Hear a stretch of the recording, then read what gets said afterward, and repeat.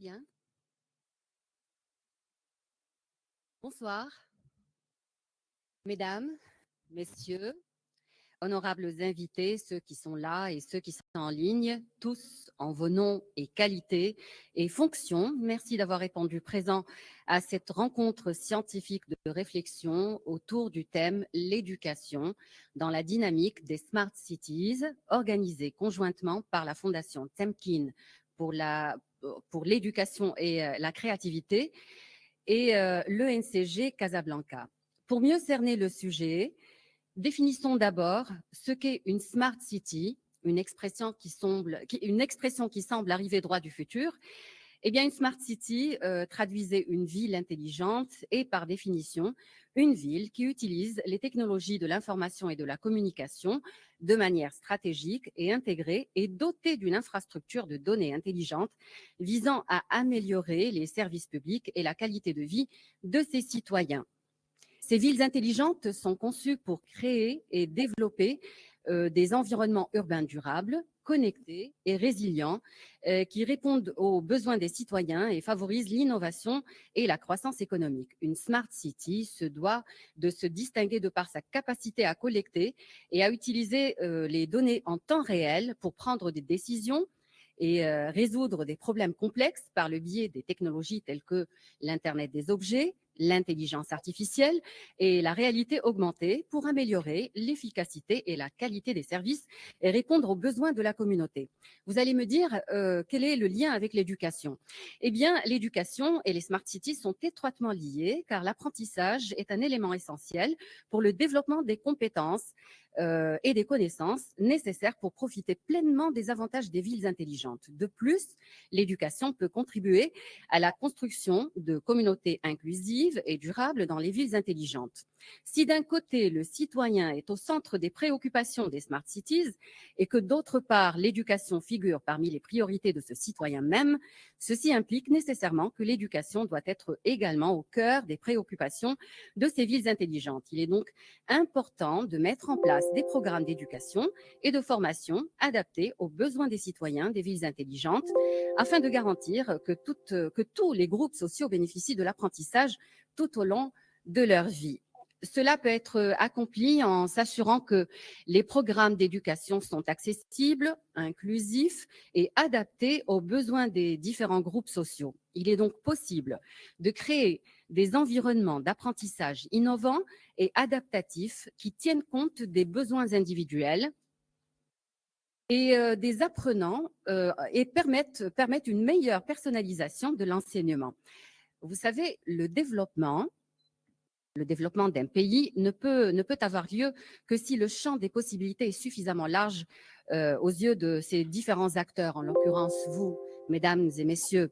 Voilà, et ceux qui ont une vision bien claire du Maroc de demain, le Maroc que nous souhaitons tous, ceux qui savent relever les défis et saisir les opportunités. Et c'est pour cette raison que nous sommes réunis tous aujourd'hui pour une conférence en mode hybride qui propose de jalonner les approches éducatives dans la dynamique des villes intelligentes, les smart cities, entre les opportunités à saisir moyennant les technologies de l'information et de la communication et les défis à surmonter. Au programme de cette conférence, ou de cette rencontre scientifique, deux panels de réflexion vous seront proposés. Le premier sous le thème Smart Cities, Challenge et Opportunités. Et un deuxième panel s'en suivra, dont le thème sera Smart Education, ou en anglais Smart Education for Smart Cities. Cette rencontre sera marquée également par la signature d'une convention, la première du genre entre la Fondation Temkin et le ENCG Casablanca. Et avant d'entamer les travaux de cette rencontre, j'aimerais inviter sur scène monsieur Ali Habouha, gouverneur de la ville de Berkane. Je vous prie de me rejoindre sur scène. Monsieur Al-Qabbaj, directeur de l'ENCG Casablanca. Monsieur El-Kadili, président fondateur de la Fondation Temkin. Et Monsieur Saïdi, professeur, chercheur et référence internationale en Smart Cities. Marhaba bikoum. Alors, en premier lieu, je voudrais donner la parole à Monsieur Habouha pour un mot de bienvenue. Donc, si vous voulez bien me rejoindre au pupitre.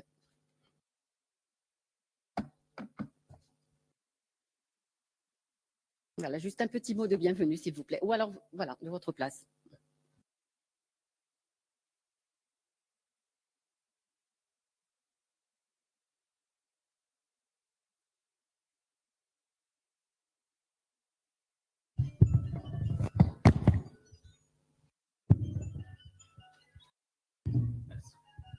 Shukran. Salam alaikum. Par où commencer? Par là où vous voulez. Ouais. D'abord, il est question de deux choses, je pense. Il est question de la Smart City et puis il est question de l'enseignement. Comment est-ce qu'il peut bénéficier donc, en amélioration grâce donc, à la Smart City? Comment est-ce qu'on peut améliorer notre système éducatif grâce à la Smart City? Cela suppose qu'on définisse d'abord rapidement qu'est-ce que c'est qu'une Smart City. Une Smart City, le terme Smart City est apparu au début des années 2000. Je pense que lorsque le président Bill Clinton, dans le temps, avait visité les usines de IBM, on lui avait présenté parmi tant d'objets, des objets qui pouvaient servir, selon lui, à améliorer la qualité de vie des citoyens dans les villes. Et il avait demandé, est-ce qu'on ne peut pas utiliser ces objets pour améliorer, donc pour rendre nos villes plus intelligentes, more smart, c'est-à-dire smarter than. Donc c'était comme ça que ça a commencé. Bien sûr, on a commencé, IBM tout de suite, il a mis la main à la poche, donc il a investi quelque chose comme 22 millions de dollars, si je me rappelle bien. Et puis par la suite, donc, toute cette ingénierie donc, a démontré de plus en plus donc, des opportunités beaucoup plus importantes pour tout le monde. Et donc, les Chinois se sont rendus compte de cette question rapidement. Donc, ils ont commencé, on sait très bien, c'est-à-dire à la fin de la première décennie de ce siècle. Et juste après, donc, ils se sont concentrés sur la Safe City, qu'on appelle aussi la Smart City, mais c'est une partie de la Smart City. La Safe City, c'est-à-dire c'est une ville sécurisée qui repose sur les caméras, sur la reconnaissance faciale, sur le suivi des mouvements, c'est-à-dire le mouvement de troupes, le mouvement des personnes.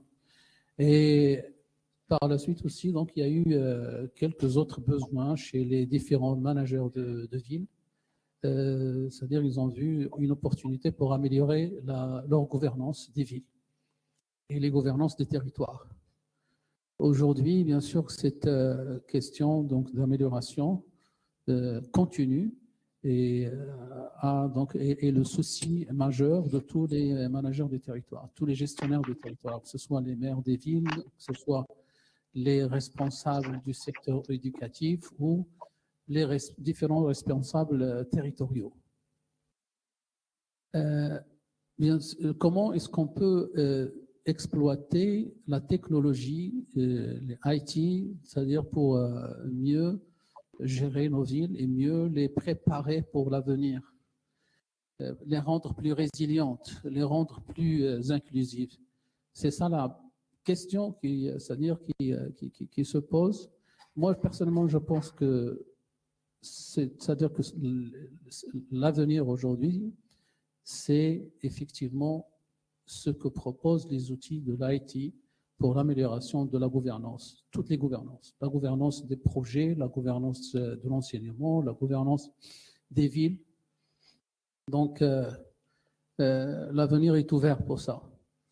Et je crois que toutes les villes doivent aujourd'hui se préparer. Excusez-moi, j'ai un petit... Je crois que j'ai attrapé un petit rhume. J'ai demandé à ce qu'on ferme la porte, comme ça on est... Donc, voilà, donc c'est comme ça qu'aujourd'hui, c'est-à-dire tout le monde parle de la Smart City. À Berkane, on a choisi notre modèle de Smart City. On n'a pas choisi, c'est-à-dire d'importer ou de calquer ou de copier un modèle, parce qu'il y a plusieurs modèles, selon les priorités des villes et des territoires. Une ville qui ne connaît pas c'est-à-dire qui n'a pas un taux de criminalité élevé, le souci premier n'est pas la criminalité, c'est pas comme une ville qui souffre de manque de sécurité, etc. Donc, et la tendance, celle où il y a un problème de criminalité, donc les gens vont tout de suite investir sur les caméras, etc. Et notre ville va investir sur le côté, par exemple, de la lutte contre les inondations. Donc, il va essayer d'investir sur les objets connectés pour pouvoir être alerté en cas d'inondation.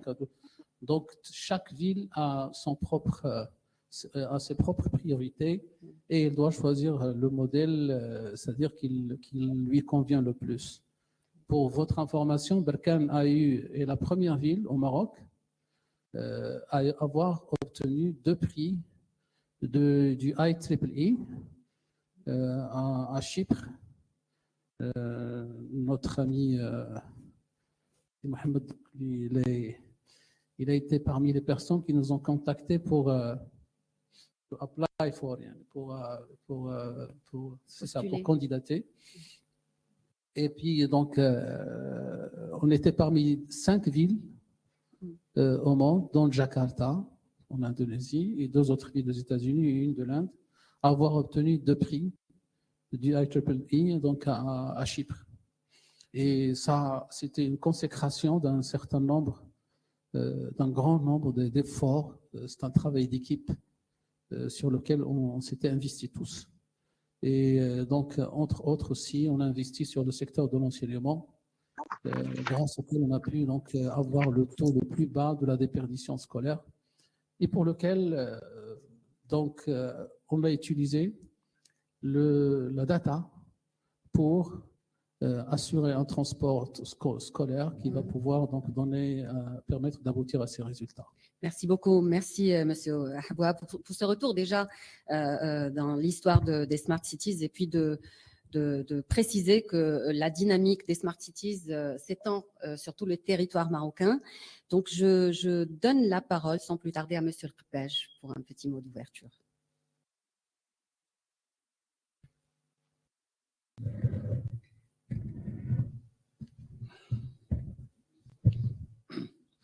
Monsieur le gouverneur, c'est Haboua, Monsieur Saïdi, c'est Kilani, c'est Kadiri plutôt, c'est Nzouar, professeur, étudiant, mesdames, messieurs. C'est avec un grand plaisir et une vive conscience de l'importance de cette rencontre que l'ENCG Casablanca vous accueille aujourd'hui dans cette conférence et vous remercie vivement d'avoir répondu présent à notre invitation. Je tiens avant tout à partager avec vous ma joie et ma fierté de voir cet amphi de l'ENCG Casablanca accueillir autant d'experts internationaux spécialistes dans la question de l'éducation et des Smart Cities. Mesdames, Messieurs, je profite de cette occasion pour vous dire que mon bonheur aujourd'hui est d'une intensité inestimable parce que je vois mon rêve devenir réalité. Donc, en fait, j'avais beaucoup de rêves pour cette école. Certains concernent les infrastructures, certains concernent, bien sûr, un ensemble de questions concernant l'éducation. Mais il y avait également un rêve, celui de faire des locaux de l'ENCG une pépinière d'événements intellectuels et scientifiques de Casablanca. Et cet événement d'aujourd'hui en est le grand prix. Pour ne pas, bien sûr, tarder, je vais laisser la place aux experts pour débattre des questions des Smart Cities de l'éducation. Je tiens à vous dire qu'on est très heureux de vous recevoir et que nous avons veillé avec la Fondation Temkin, en la personne de M. Kadiri, à ce que les experts, les chercheurs, les professionnels, les doctorants, les étudiants partagent et discutent dans ce laboratoire de réflexion les meilleures pratiques en rapport avec l'éducation et les Smart Cities dans le monde. Mesdames, Messieurs, permettez-moi de préciser que cet événement n'aurait pas pu voir le jour sans le soutien inconditionnel de nos professeurs, étudiants et corps administratifs. Je tiens à la fin à vous souhaiter excellents travaux dans ce laboratoire de réflexion collectif. Merci et bon vent pour cet événement. Merci, Monsieur Rkbach, et nous sommes aussi heureux d'être des vôtres pour cet événement, pas des moindres. Et j'invite tout de suite Monsieur le Kadili à prendre la parole et voilà, nous dire un mot sur cette conférence.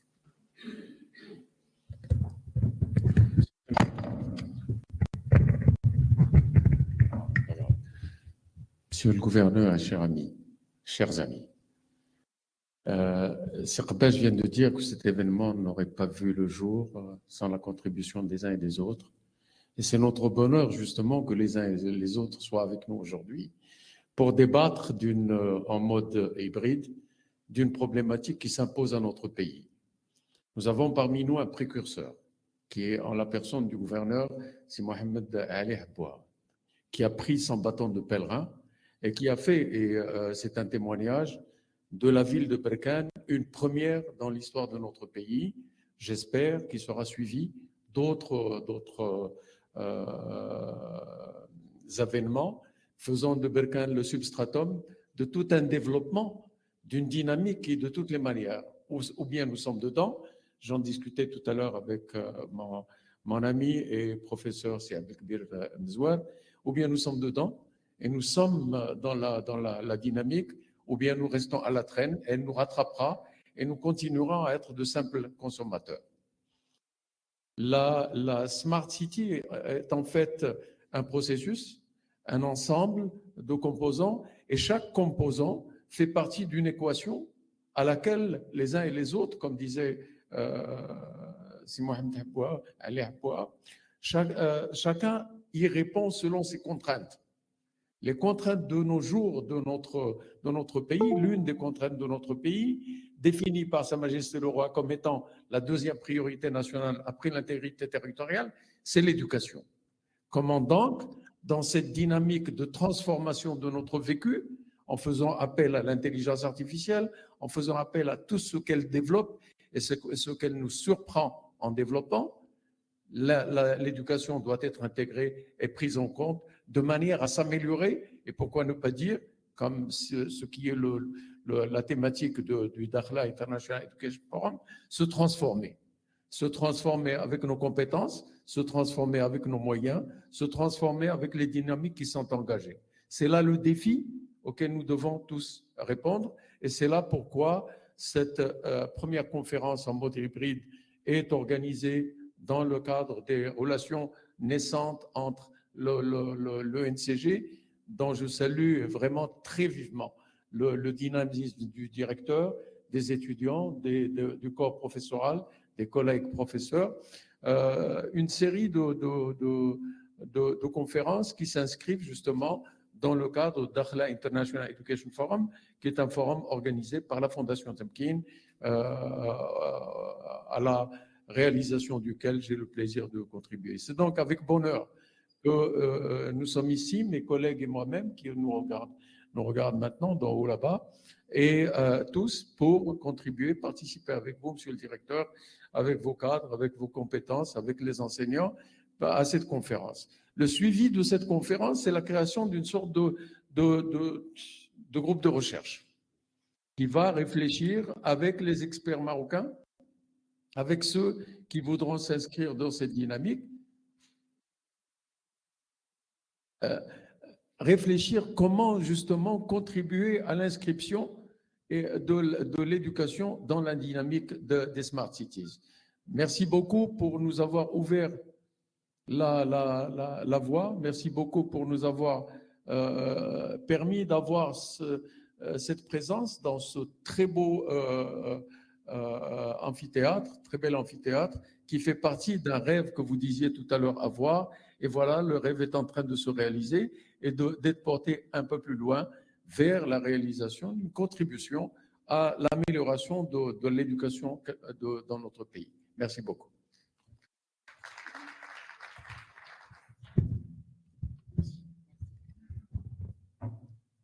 Merci, Monsieur le Kadili. Nous allons avoir l'occasion de vous entendre en débattre tout à l'heure lors du deuxième panel. Je ne vais pas vous donner la parole, Monsieur Saïdi, si vous le permettez. Je vous invite plutôt à prendre une photo de famille avant d'entamer les travaux du premier panel, s'il vous plaît.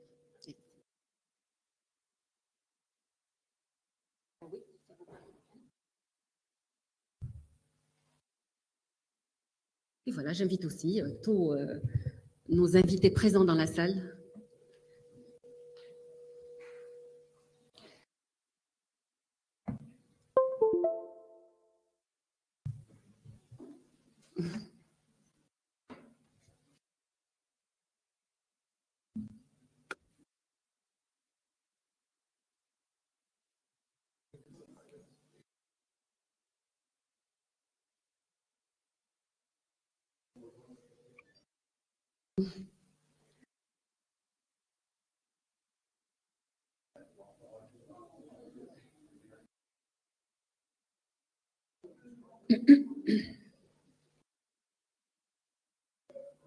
Ouais.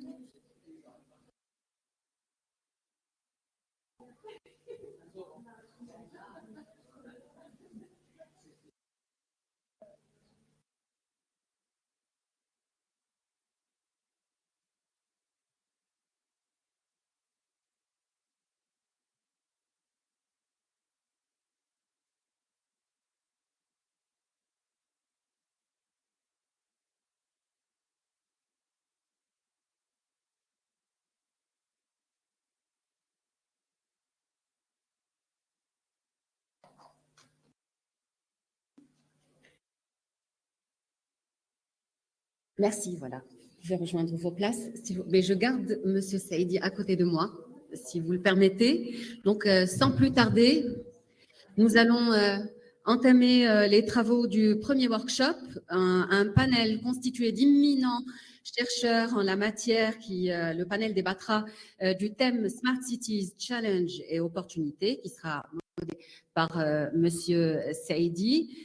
Monsieur Saïdi, qui est professeur et ancien directeur de l'ENCIAS à l'Université Mohamed V à Rabat, ancien directeur de la coopération internationale au ministère délégué auprès du chef de gouvernement chargé des affaires générales et de la gouvernance, c'était en 2019. Il est également président de l'IEEE, si je ne me trompe pas, l'Institut de technologie.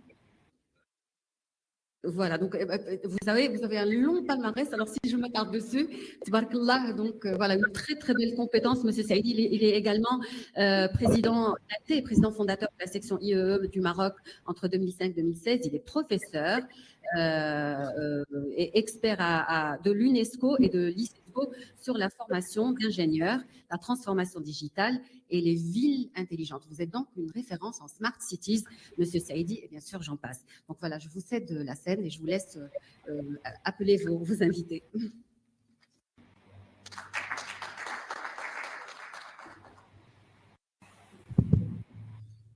Bon, mesdames, messieurs, en fait, je suis vraiment très content d'être là à l'ENCG de Casablanca et de prendre part à cet événement. Je tiens également à remercier sincèrement le directeur de l'ENCG ainsi que le staff de cette belle école pour l'accueil chaleureux et aussi pour l'organisation très professionnelle de cet événement. Bon, puisque nous avons plusieurs intervenants qui ne parlent pas français, donc je suis obligé de switcher into English. Je suis vraiment désolé. Donc, ladies and gentlemen, it's a real pleasure for me to welcome you to this panel on smart cities, challenges and opportunities. We have a wonderful panel of speakers from different parts of the world. So let me just introduce very quickly the lineup of speakers we have for this panel. We have Professor Suhono Harsu Pangkat, sorry for the pronunciation, who is the Smart Cities and Communication Innovation Center, Bandung, in Indonesia, is the chairman of the center. We have also His Excellency, the Dr. Muhammad Ali, who is governor of Rakan, Manuel Racomora, sorry for the pronunciation, who is from the company working in different smart cities in Gulf countries and GCC, and he's actually now in Kuwait. Also, Victor Marios, who is from the University of Guadalajara, but he's also chairing the Smart City Center in partnership the city of Guadalajara in Mexico. And last but not least, we have also Dr. Fuad Laini, who is from ICISCO, is already online with us. So without further ado, I leave the floor or the screen to Dr. Fuad Laini. I don't know if I saw the... You can, Professor, you can hear me? Yes. So I will shift in French. My speech will be in French. Thank you very much. Merci beaucoup, Monsieur le Président. Honorables invités et participants,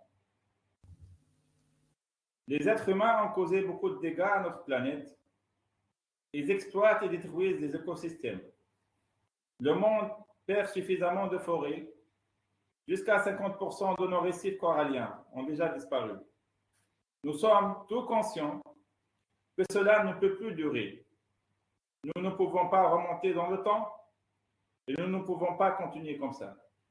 Mais par contre, nous pouvons faire pousser des arbres, verdir des villes, raviver nos jardins, changer nos régimes alimentaires, assainir les rivières et les côtes et mieux reconstruire en profitant des nouvelles technologies et des opportunités et solutions qu'elles nous offrent dans le respect des objectifs de développement durable et de la nature.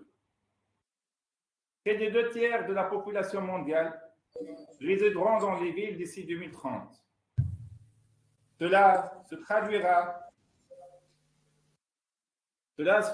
par une plus grande consommation de ressources naturelles, d'énergie, d'eau et générera une pollution excessive de l'environnement.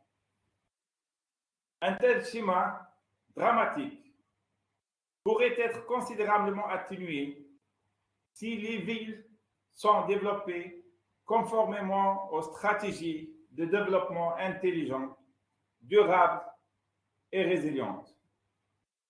L'Organisation du monde islamique pour l'éducation, les sciences et la culture, les CISCO, dont nous appartenons, a toujours considéré la promotion des concepts des villes intelligentes, durables et résilientes parmi ses priorités. Et cela s'est manifesté à travers les différents programmes qu'elle a initiés et mis en œuvre en utilisant différents outils. Ainsi, pour sauvegarder l'humanité et améliorer la vie sur Terre, il devient urgent d'élaborer une feuille de route pour la mise en œuvre de villes intelligentes, durables et résilientes dans le monde et surtout dans nos pays membres. En effet, l'ICESCO est consciente de tous ces enjeux, a réalisé une formation sur les villes intelligentes, durables et résilientes en Indonésie au mois de décembre dernier. Elle a participé à plusieurs événements en ligne et en présentiel pour promouvoir ce concept dans ses pays membres. Un séminaire sur les villes intelligentes, durables et résilientes s'est tenu le 3 et 4 juin 2021 au Maroc. Une rencontre virtuelle en face-à-face a été organisée le jeudi 9 septembre 2021 en tant que suivi des recommandations de ce séminaire afin d'élaborer une première ébauche de roadmap, de feuille de route. Des réunions d'experts dans les pays membres afin de finaliser un premier plan d'action sur les villes durables et intelligentes a été aussi réalisé. Un guide sur les villes durables et intelligentes a été aussi élaboré et sera présenté lors de la conférence des ministres de l'Environnement qui se tiendra à Jeudi cette année et qu'il faudrait maintenant étendre aux villes durables et intelligentes. Mais cela, de notre point de vue, n'est pas encore suffisant. C'est pour cela vient la nécessité du renforcement des politiques nationales, des stratégies nationales et des programmes et initiatives, améliorer le cadre juridique, les lois, les règlements et les codes et tenir compte des législations des pays. Il faudrait aussi sensibiliser au concept de Smart City. Pas seulement les villes intelligentes, mais les villes intelligentes, durables et résilientes, par la création d'un curriculum sur des villes durables et intelligentes pour inspirer les futures générations et l'inclure dans les programmes éducatifs et d'apprentissage nationale ainsi que le lancement d'un programme de master professionnel sur les villes intelligentes en collaboration avec les universités spécialisées. On prévoit aussi d'initier une étude pour le diagnostic et l'évaluation des besoins des villes intelligentes et mettre en évidence les meilleures pratiques. Aussi, la construction d'un partenariat fort entre toutes les institutions et organisations actives dans la promotion des villes intelligentes et durables à l'échelle mondiale. Il faudrait créer des synergies d'action et une mutualisation des connaissances et des ressources.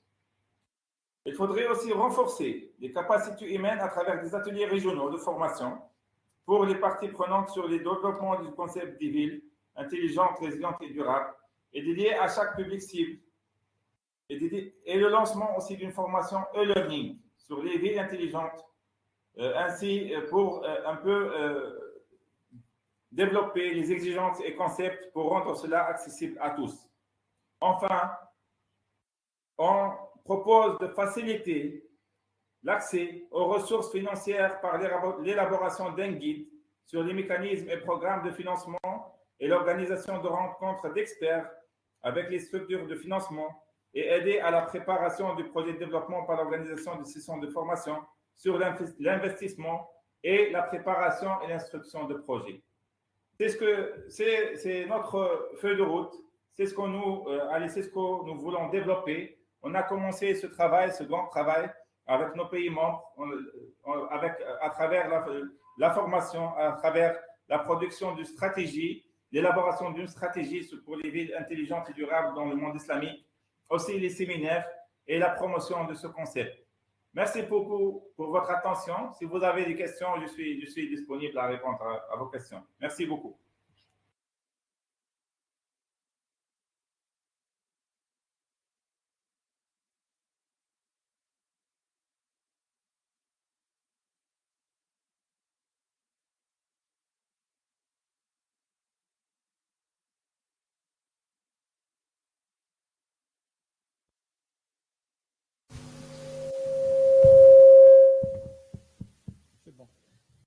Merci beaucoup, Dr.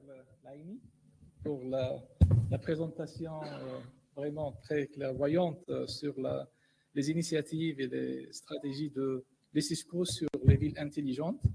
On va passer maintenant au deuxième intervenant. Et pour le faire, je vais le chanter en anglais. So, the floor now is for Professor Sohono Harso Spankat. I don't know if Professor Sohono is connected. Hello, yeah. Yeah, so the screen is yours, so please just share any slides you have and proceed with your talk. Thank you. Oh, yeah. We need a presentation or just talk? No, the slides are not really necessary. You can just go ahead and present any thoughts or ideas you have. But can you activate your camera? Yeah, I'm how to set this.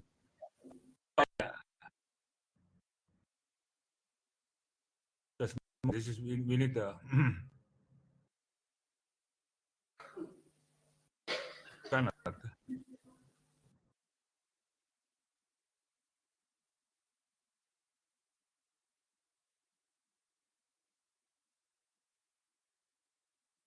You cannot open the.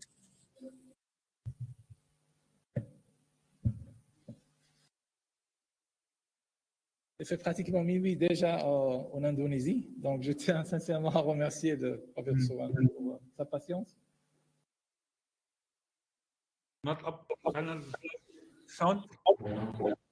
No worries if you cannot activate the camera. You can just go ahead with your presentation. Oh yeah, okay. I would like to talk with my material in regard with the. This moment. My topic is about the Smart World Living Lab for City Quality of Life Development. Yes, we have started with the Smart City movement 10 years ago. In my observation in the world or in my in my nation, the smart city 1.0 is a technology driven. And technology is one of the important, but not enough, because smart city is not city plus technology. Like we talk about the smart people. Smart people is not people plus technology, but we need ecosystem development. So after 5 years, we work in a smart city development. We try to use another approach with the micro or bottom-up development. In the first approach, we try to understand city in a wide area, but it is difficult to measure that the successful or not successful of the smart city movement. There are some, there are more than 50% the smart city development is failed because only consider technology. So we need a framework how to develop smart city more accurate, more successful. There are not only technology, but also non-technical issues, stakeholder involvement, regulation, local wisdom, wide scoping, and funding. So recently, in 3 years, we start to develop, we call it the Smarter World Living Lab. Smarter World Living Lab is an approach to solving problems in small scale areas, street, campus, urban, rural, or maritime in small area, by involving various stakeholders with more measurable, effective, and efficient innovation, and the impact can be directly on citation.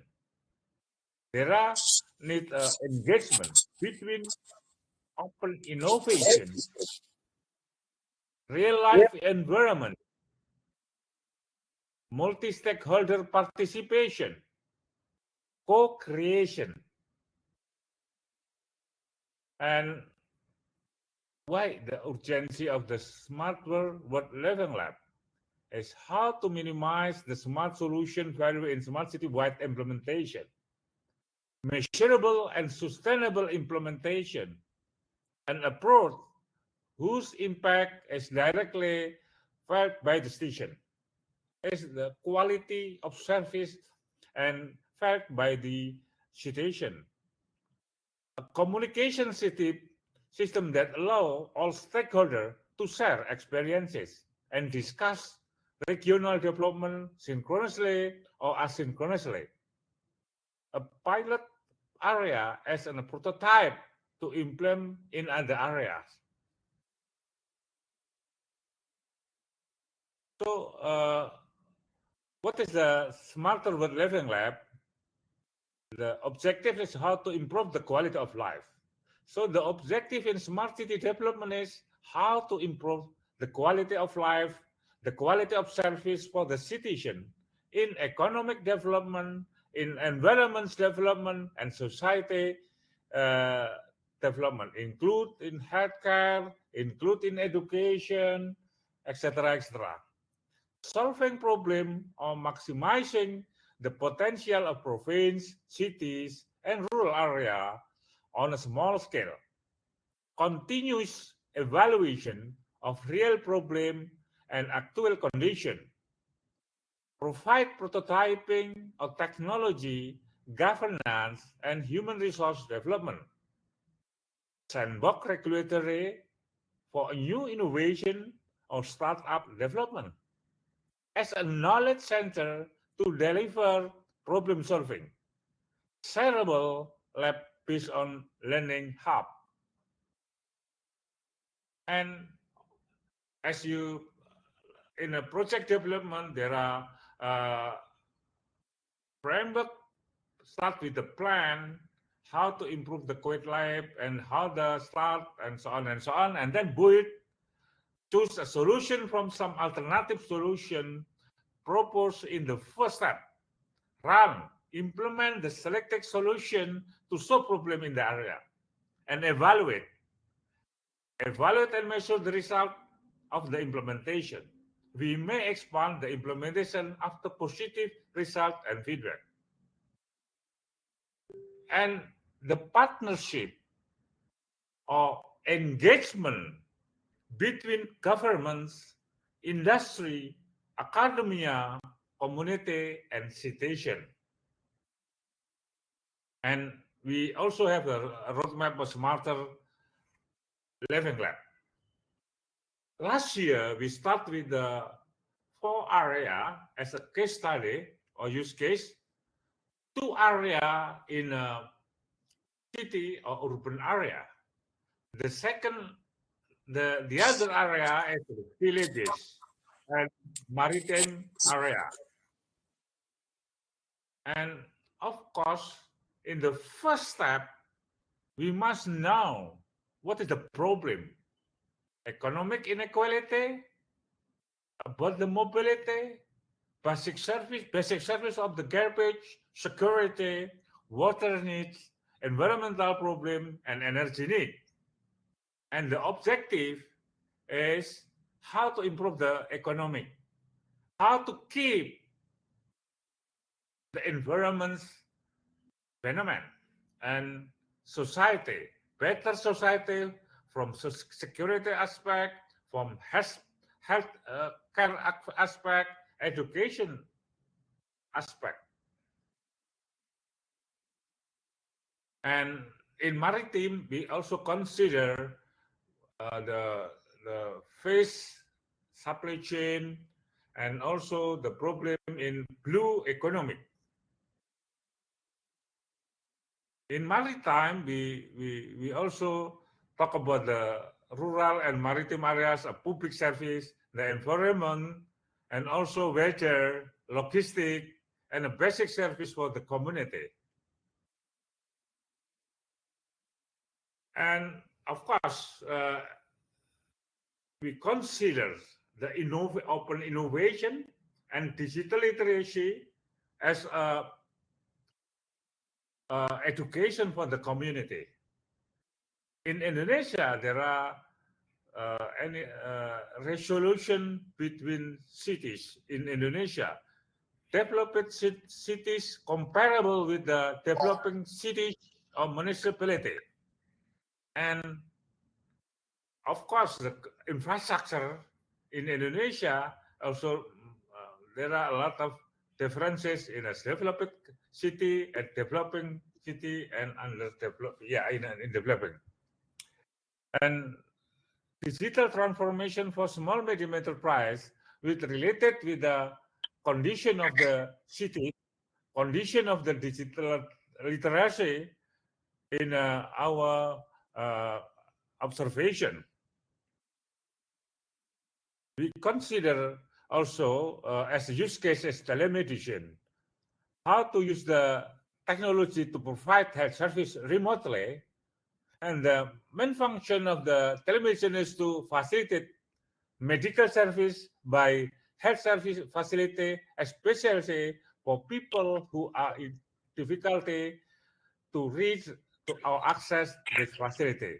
Include feature online consultation, online medical report, online drug recommendation with the doctor official prescription from the selected hospital or clinic. Online drug purchase and delivery with minimal direct interaction. And also we consider how to manage the smart waste management. It focuses on solving solid waste management problem using sensor, intelligent monitoring system that provide dashboard for decision makers. Mobility and service include the energy, renewable energy, include charging station for fishing boat for the maritime area.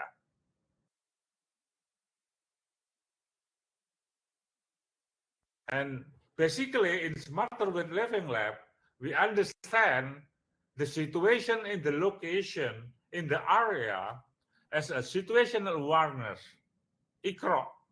And we try to understand the situation as a tabayun. And we act based on this, our understanding of the situation and the location. Sensing, Professor understanding. Sorry for interruption. Could you just Yeah. wrap up quickly because we need to move to another speaker. Thank you. Yeah. Yeah. Okay. I think this is our experiences with the in urban area, maritime, and villages. So I think very good. Yes. Last year we in a G20 presidency. I'm as a lead co-chair for digitalization, we open G20 Living Lab. So we invite a city or area in the world to join in the G20 Living Lab.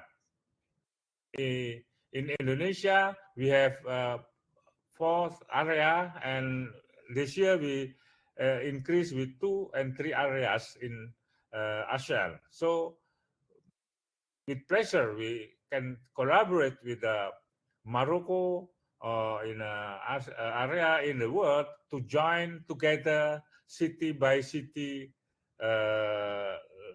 city help city, and also as a knowledge hub. Thank you very much. Thank you so much, Professor Suhono, for the very insightful talk, especially the concept of the living labs. I know that you're coordinating or you're involved in a very interesting international network of living labs through G20 countries. And I think that could be a wonderful opportunity to involve some Moroccan cities, as you mentioned. This is a wonderful, I would say, area for collaboration. Thank you again for providing your thoughts, especially at this time. I know that it's very late for you. Thank you again. So let's move to the next speaker. So we'll not go far from Indonesia. We go to the Gulf countries. And from there, I invite my friend Manuel Rocamora. So the screen is yours. So Manuel is involved in many smart cities initiatives throughout the Gulf countries and beyond. So thank you again, Manuel, for accepting the invitation. Hello, everybody. Good afternoon. I don't know if you can hear me well. I have some small issues here with my connectivity. Thank you so much for the invitation, Professor Saidi. I have preparing some slides to show, but I think probably you cannot see. So yeah, my name is Manuel Rocamora. I have been advisor around the world, working in a smart city in 12 countries different. In the 3 continents, I mostly working in an advisor of the Climate Fund, Carbonless, for the carbonization Asia and also Middle East. And here I am in Riyadh, in Saudi Arabia, helping and supporting the Saudi 2030 plan and the diversification from the economy, from the oil and gas dependencies to new one. And this new incentive that they are preparing in the Kingdom of Saudi Arabia, or the plan that Saudi 2030, is the plan with the special focus on smart sustainable city, or smart city initially, and now because also, I don't say refocus, but special interest now because the COP27 wrestling in Sharm el-Sheikh, and next year in COP28, all the countries around GCC, so the Gulf, Kuwait, UAE, Saudi Arabia, Qatar, etc., has been refocused in the sustainability year. Like UAE has announced the year of the sustainability. And on this regard, I will share with all of you. I cannot share my slide. I prepared with some of the projects that now they are moving in the kingdom and the GCC. I prepared some kind of introduction to explaining how is the trend that we are working. So there are many models of smart cities that I think the colleagues told before about what is the concept of smart city. The concept of smart city is coming for IBM for the 2007, but had been evolved in different grants. I personally worked in 5 different models. All can be valid. One is oriented for the technology lead, other for the municipality, or the co-creation, Vienna model.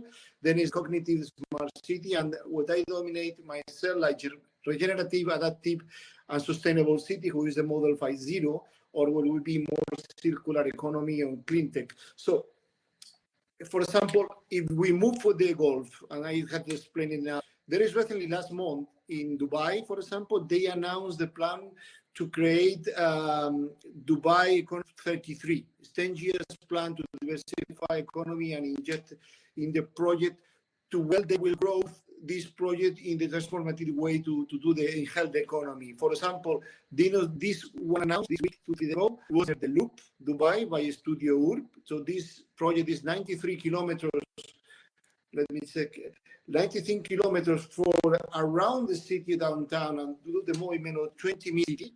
These 20-minute cities is focalized, for example, in the cities like Paris, London, and you have other initiatives around the world. Concrete this one for 20-minute city, who is a multifunctional space for cycling, running, infrastructure, the zero emission transport, climate controlled all year, we are talking about the summer are very top of weather conditions. That's, we will, how to say, like a microclimate for the population to do use friendly and oriented transportation, multimodal transportation. They are also creating some kinetic technology inside the power to create in the roof, in the food state when you created this. So they have also inside that, which is fully multifunctional, and because COVID, they have created, for example, vertical farm. That's to produce vegetables and fruit close to the market, that do this trend to have the production more close. In fact, also when they go, the sovereign fund of the Saudi Arabia announced the agreement with the biggest vertical farm company from the US, the Aero Farm, to expand this production of vertical farms in the kingdom. And and so this model, this is what is inside of the plan, who has the Dubai, well, this name, this is an initiative to say Dubai Economic Agenda D3. So that is all in all, they expected 100 transformative projects, including many of the urbanization. In fact, also they agree about the 2 biggest real estate companies in the UAE, one for Abu Dhabi and one for Dubai. Dubai falls in this ecosystem, and they are expected to have $8.7 trillion before 2030 in this infrastructure, in this trading, and in their economy. So then moving for UAE or Dubai action to the Kingdom of Saudi Arabia on the planning of Saudi 2030.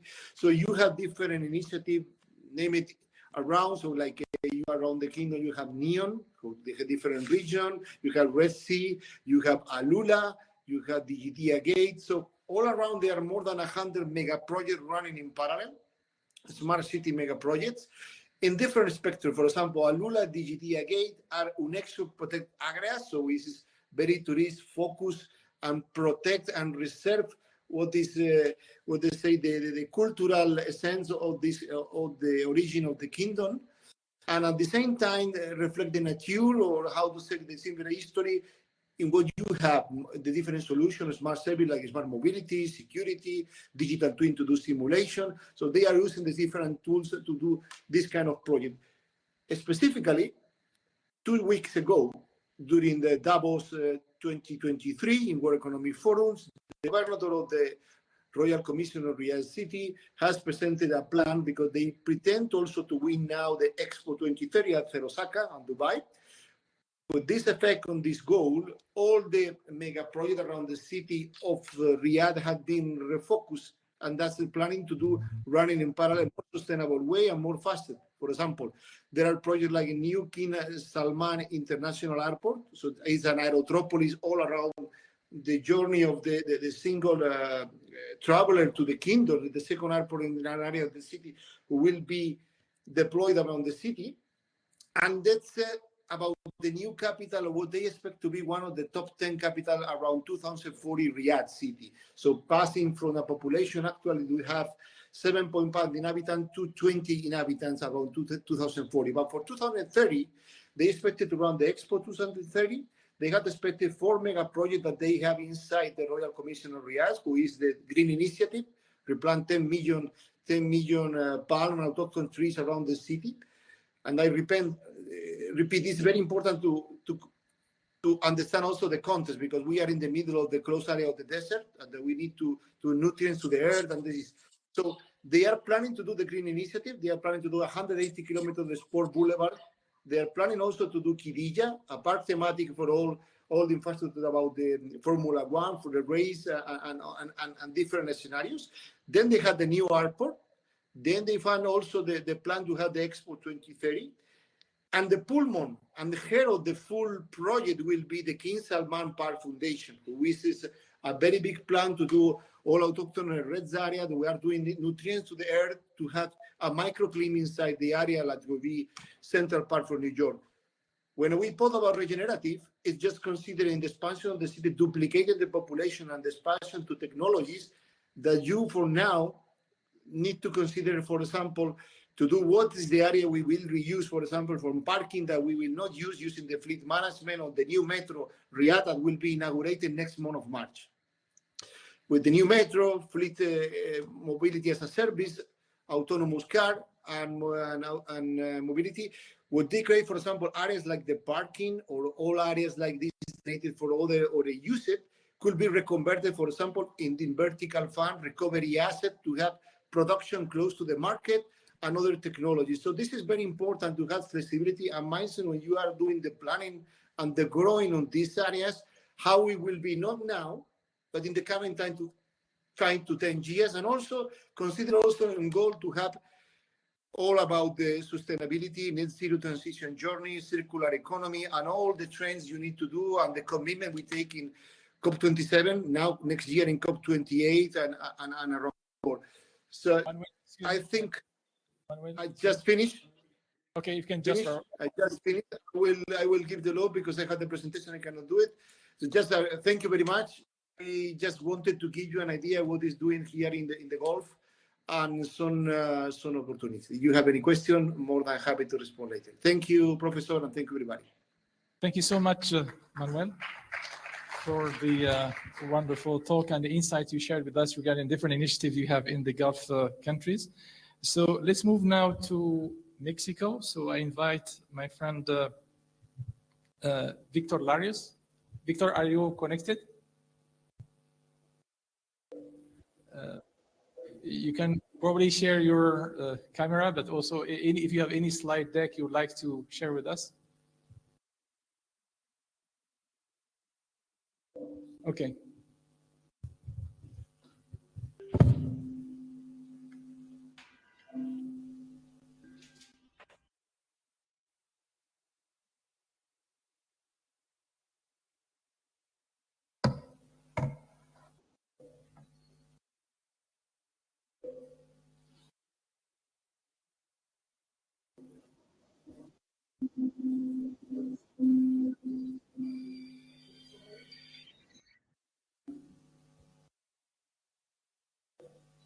Not yet.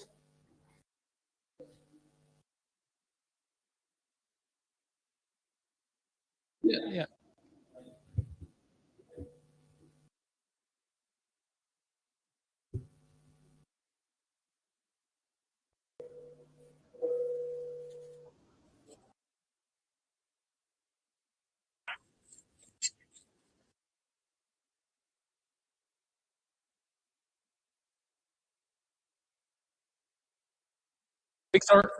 Victor, can you hear me? If you can just speak in French.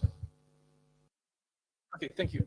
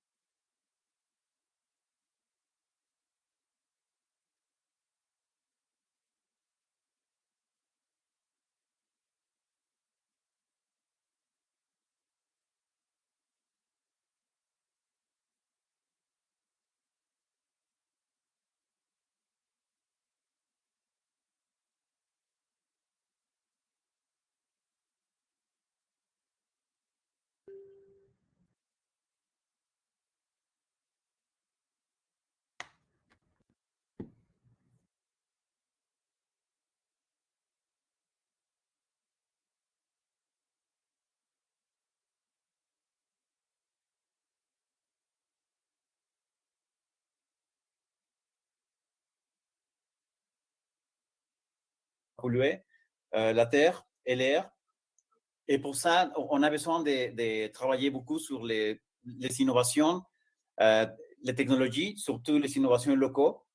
Donc, on travaille sur ce qu'on appelle un écosystème où on a joindre depuis plus de 14 années les gouvernements, l'industrie locale, l'académie, les universités et l'éducation en général, et la société, avec les organisations qui sont pas au gouvernement. Et avec tout ça, on a commencé avec un projet qui démarrait comme les Smart City qui était dans un endroit, un centre-ville très petit pour mesurer le développement. Et là, maintenant, on a plusieurs projets d'intervention dans la ville de la métropole, parce qu'on a plusieurs municipalités maintenant qui sont connectées, où on fait le pilotage des projets de Smart City. Le plus important, c'est qu'un seul acteur ne peut pas faire face au challenge qu'on a pour la qualité de vie qu'on voudrait avoir dans les villes. Et ça nous amène à travailler avec les technologies. D'abord, c'est pour nous permettre de travailler ensemble. Donc, normalement, quand on est dans une ville, on dit tout ce qui est le public, l'infrastructure, l'immobilière et tout dans les rues, c'est le gouvernement qui doit les maintenir. Mais en fait, on se retrouve qu'on habite tous là et on doit faire chaque part un effort pour voir comment est-ce qu'on peut améliorer tout ça. Donc, cet écosystème travaille aussi beaucoup avec l'innovation locale. Donc, on avait dit, j'avais entendu parler que la ville de Berkham fait ça aussi. C'est un effort d'avoir les propres solutions adaptées pour leur ville. Ça, c'est très important parce qu'on peut importer les solutions, mais ils ne vont pas marcher parce qu'ils ne sont pas adaptés à ce qu'on a dans notre écosystème, dans notre espace. Donc, au fur et à mesure qu'on travaille ensemble, on commence à faire l'émergence des solutions qui sont propres et peut-être qui pourront être transférées à d'autres villes qui ont des problèmes similaires. Et ça on le travaille beaucoup. Donc, le gouvernement, il travaille très fort dans tout ce qui est pas seulement les supports de la technologie, mais aussi les politiques publiques qui sont très importants parce que autrement, on ne pourrait pas avoir les solutions avec la technologie qui pourront faire beaucoup plus d'efficience et marcher si on n'a pas les politiques publiques. Et aussi, on travaille très fort avec les universités pour l'éducation parce que maintenant, on n'a pas encore un métier de l'ingénieur des Smart Cities ou la personne qui est formée spécifiquement pour les Smart Cities. C'est un domaine qui est multidisciplinaire, mais il faut qu'on ait déjà des talents, des étudiants qui commencent à connaître les sujets et à travailler ensemble aussi pour les solutions. Donc, dans ces cas-là, on a un budget qui a été placé par la métropole qui propose chaque 6 mois des challenges où on doit travailler en consortium, c'est-à-dire une université avec des industriels, des petites, moyennes sociétés ou des grandes sociétés, on a aussi, avec une partie du gouvernement qui a un appel à travailler sur un challenge. Et c'est comme ça que depuis 6 ans qu'on a ces modèles, donc on a commencé à trouver des expériences intéressantes et aussi à former les talents et l'éducation. On se prépare parce que on va être la siège de la Coupe du Monde, partie de la siège de football, et vous êtes très exemplaire pour jouer. Mais quand on pense à tout ce qu'il faut de logistique pour ce type d'événement, et Guadalajara, c'est une ville qui a fait l'accueil toujours de beaucoup de touristes. Donc, par exemple, on a une ville qui a 6 millions d'habitants, mais dans l'année, on a la visite de 18 millions de personnes par toutes les activités qu'on fait pour les touristes et les pôles économiques qu'on représente. Donc, dans ces cas-là, on a beaucoup de choses qu'on travaille côté la sécurité, les transports, la mobilité aussi, mais aussi les solutions, pas toujours sont des solutions très, très chères au terme de budget, parce qu'on a la plupart de la population maintenant qui a des smartphones et on travaille sur ça pour les informer, pour qu'ils deviennent des citoyens qui ont accès à connaître ce qui se passe dans la ville dans ces moments, avoir accès à ce qu'on appelle les jumeaux digitaux ou numériques. C'est des modèles qu'on a avec des prédictions de ce qui pourrait arriver, par exemple, dans les transports ou avec les climats, les tempêtes, etc. Et que les citoyens puissent prendre des décisions plus intelligentes pour faire sa vie mieux, pour épargner le temps. Et c'est comme ça qu'on travaille à Guadalajara. Donc, on supporte beaucoup les économies locaux, on supporte beaucoup travailler dans des économies circulaires. Et les personnes sont très importantes, mais ce n'est pas qu'on est à l'université, qu'on est au gouvernement ou à l'industrie. On a pris une notion d'être habitant d'une ville et comme ça, dans chaque parc qu'on est, on essaye de faire partie d'un même écosystème et de joindre les efforts. Et surtout, pas de réinventer les solutions. Si par exemple, vous savez développer quelque chose de très intéressant comme solution pour votre ville, et ça, on pourrait l'appliquer. Il faut faire la collaboration internationale et avancer et voir comment est-ce qu'on peut améliorer ce qu'on a et vice-versa aussi. Donc, c'est à peu près ce que j'en ai pour partager et on est très ouvert à la coopération. Donc, enchanté de partager ça avec vous. Merci beaucoup, Victor, pour la présentation très intéressante. Je dois juste peut-être mentionner le fait que Casablanca a été labellisé en 2016 en tant que IEEE Core Smart City. Je crois que c'était de même comme Guadalajara, donc ce sont deux villes qui ont un lien au moins par rapport à ce niveau-là. Est-ce que vous vous rappelez de ça, Victor? Oui, l'I3C qui est une organisation très importante par les standards en technologie et aussi une grosse communauté de volontariat, des personnes qui sont là-dedans, qui organisent des conférences et qui ont toutes les connaissances, avaient pris du retard pour créer une communauté qui travaillait dans les Smart Cities. Donc, on a créé un réseau de villes, donc Casablanca est une des villes pour les continents de toute l'Afrique. Même que Guadalajara a été créé pour supporter tout ce qui est l'Amérique latine, la ville de Kansas aux États-Unis pour l'Amérique du Nord, et aussi la ville de Trento en Italie pour l'Europe, et Wuxi en Chine. Donc, on a des choses en commun à partager. On a une conférence qui est chaque année, qui fait un point de rencontre. Pas seulement là, cette conférence-là, parce qu'on a beaucoup plus d'autres conférences où on partage, on travaille ensemble. Et je pense que ces échanges sont très importants parce que ça permet de faire les points en commun entre les gouvernements, les différentes sociétés, l'industrie qu'on a en locaux avec des idées, les entrepreneurs, mais aussi les talents qu'on a, les étudiants à tous les niveaux. Donc oui, bien sûr.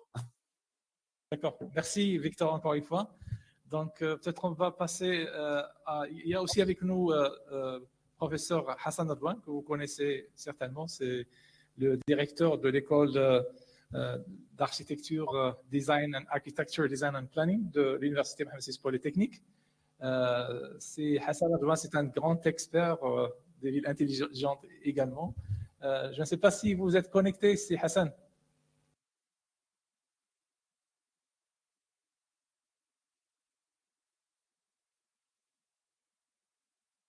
Il était tout à l'heure. Bon. Oui, Professeur Saidi, vous m'entendez?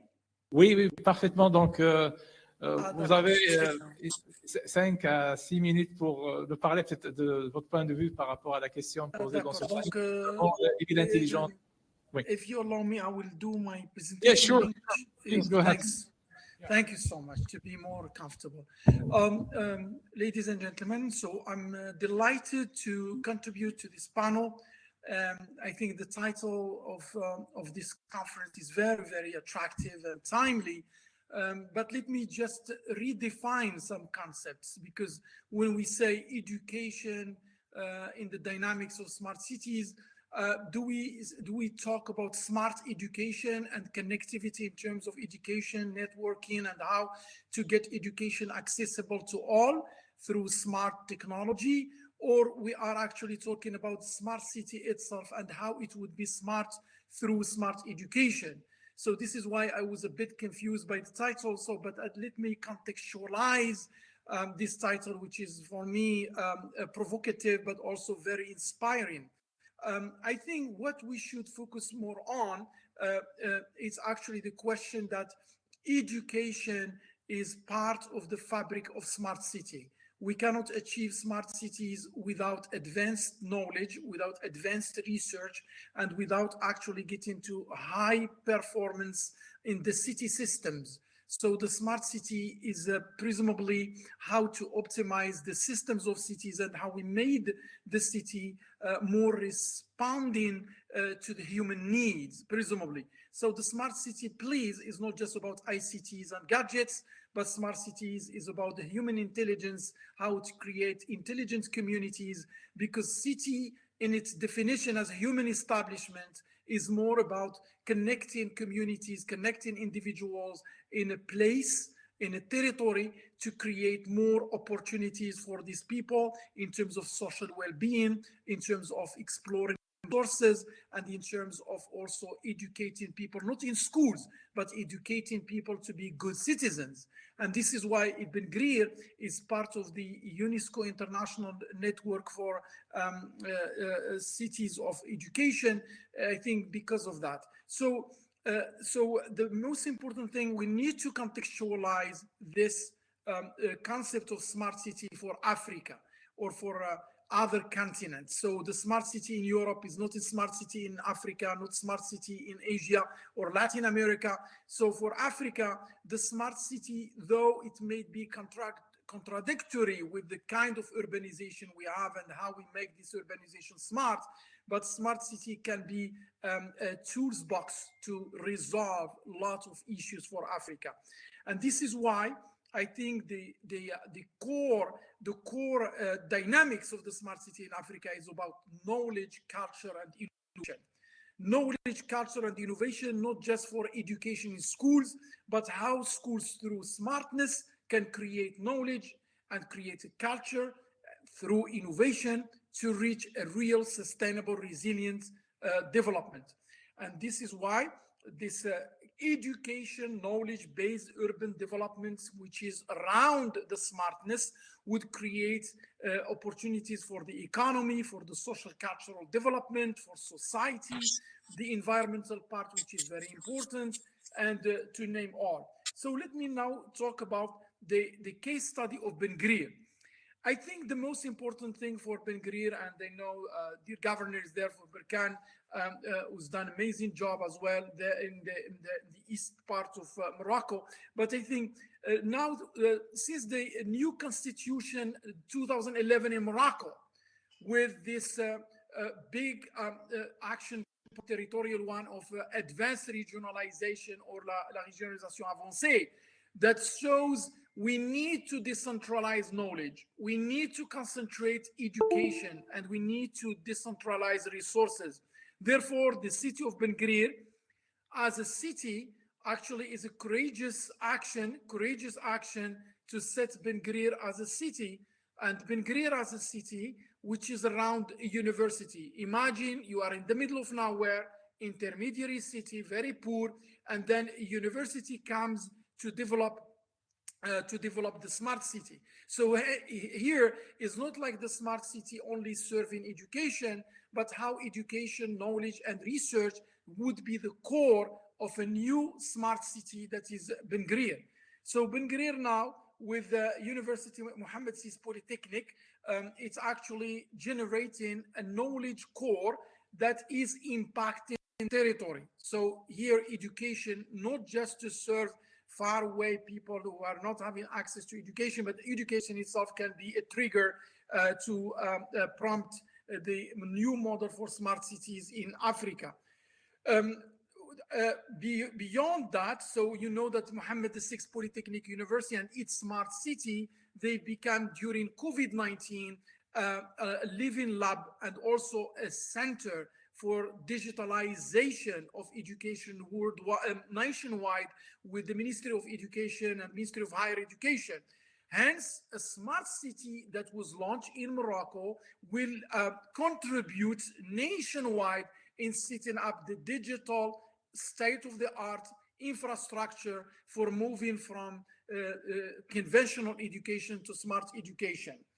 I don't want to be long because I have 5-6 minutes. What I want to share with you, I'm proud to share with you that we won an international research project with ITUC, International Telecommunication Union, and it was about, connect to recover. So there were more than 300 projects, and we work in the order of the sixth, ranked the sixth project, pioneering and innovative. And we conducted, now if I talk directly to smart education and smart city, or let's say democratizing education through digital access. This is actually the right title for that. So what we got, yes, Professor Saidi, I saw that you are moving to the podium. I will say just in some recommendations. So via this research, what we got as recommendation, I think we need to develop a clear strategy and roadmap at national and local level for digital education, establish partnerships with private sector to accelerate digital education transition in schools, prioritize local tools adapted to context and infrastructure, have people-centered approach for education. Presumably, all these recommendations we got from this field research in Nairobi and in Belgrade, what we concluded that through digitalizing education and democratizing access to networking through digital mediums, education will be now beyond the classroom and would generate not only a city, but will generate the region, the territory, and why not continental level. So concluding sentence, smart city, yes, but not just for the sake of smart city.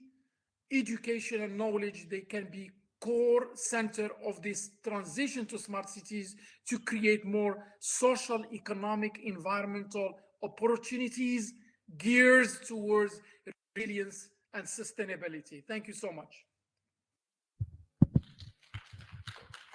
Thank you so much, my friend and dear friend, Dr. Hassan Udwan, for the insightful comments and thoughts.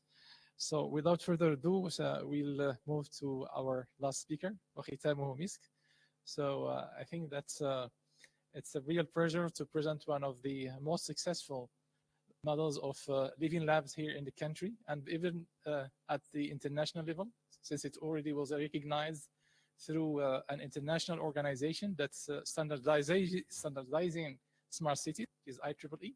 IEEE is an international body working on standards for smart cities and for technology as a whole. But I think that smart city, that it was mentioned by several speakers, is not only about technology, it's about problem solving. I think the main concept behind smart cities is problem solving. You don't need to use only technology. Sometimes you can just work on values. Citizen values can be also one of the components that could be leveraged for smart cities. So I invite to the podium His Excellency, the Governor of Berkane, to give his comments. Unfortunately, we only have a couple of minutes, but anyway.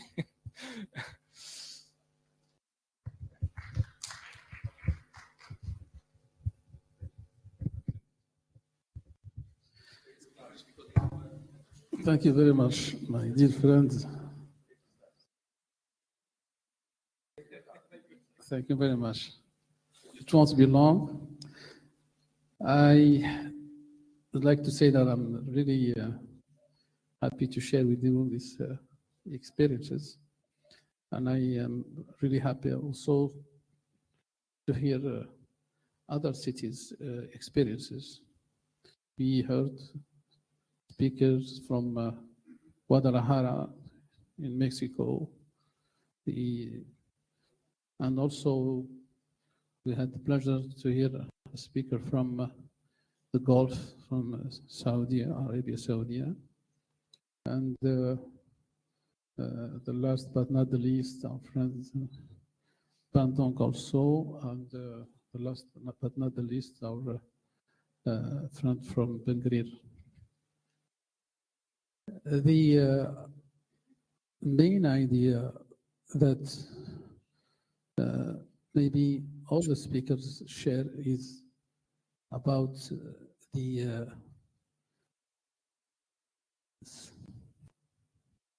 or the meaning first, the meaning of the smart city. Smart city is a concept that comes in order to help resolving problems regarding a large scale of activities, of goals in managing the cities. The fields of application of the connected objects is really large. For me, it should be unlimited. It's just the start. We are in the beginning of using these technologies in order to resolve many problems of managing the cities. The strategic goal is not about having a name of smart city for its own city. It's about resolving problems, as you just have said before. So I think also that we cannot just copy some models. There is not a, we cannot just import a model from another city and just copy and paste. It's not like that. It should not be like this. We should not look to the smart city that way. It's not about the gadgets we can buy or we can download and use. It's about identifying problems first and debating about how can the connected objects, how the IoT, how the AI can bring solutions or at least improve solutions that we already have implemented through the coding or through the using these technological tools. That's the main sense for me of smart cities. There is not one model that we can use. Everyone has, every country, every city have its own reality. And of course, I agree when I heard one of the speakers saying that, first of all, we have to work in order to create a dynamic society. Then we can use the human intelligence, the human brains to think about resolving the problems. Cities today are facing, of course, cities are facing today some there is a common ground for the whole cities today. For example, how can we stand and be resilient toward the climate change? How can we use the AI and the technology to make our cities more resilient? How to make them more inclusive? It's all about governance, to improve governance, to enhance the citizen participation through the crowdsourcing and through some bridges, virtual bridges that we can build between administration, for example, and the citizens. It's about all that. I mean, it's something that today we see the results. I believe personally that using the technology and also trying to get a new generation to this generation, to give them the power of mastering this. Maybe when in the next 10, 15 years, a new generation that will actually create their proper tools. They will dominate the technology. They will master it. That's what we need in order to create not only a smart city, but to create a better world. Thank you very much.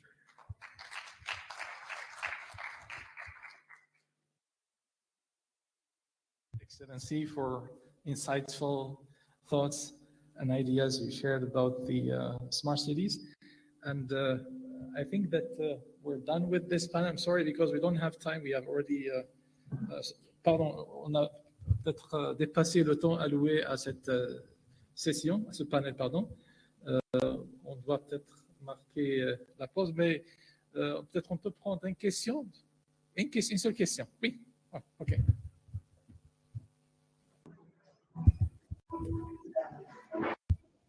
Okay, good afternoon, Fatin Wahtita, Professor Fatin Wahtita. So thank you so much for your attention, for your time too. And thank you, Tamkin Foundation and ENCG Casablanca for this conference. So really, I will start from the speech of Mr. Suhoud from Malaysia. So he said an important thing about smart city is not city with smart technology, but also smart people and government stakeholders and so on. And really, I appreciate this word. And from this word, I will start my question. So the question, seriously, what are the solutions? Like Mr. Hassan, and I appreciate the presentation of Mr. Hassan before, he talked about Ben Grir, okay, as a good stereotype in Morocco, and we're so proud of this smart city. But only one city in Morocco is not enough, as you know. That's why the question right now is, what are the solutions that lead to the smart city? In which parts?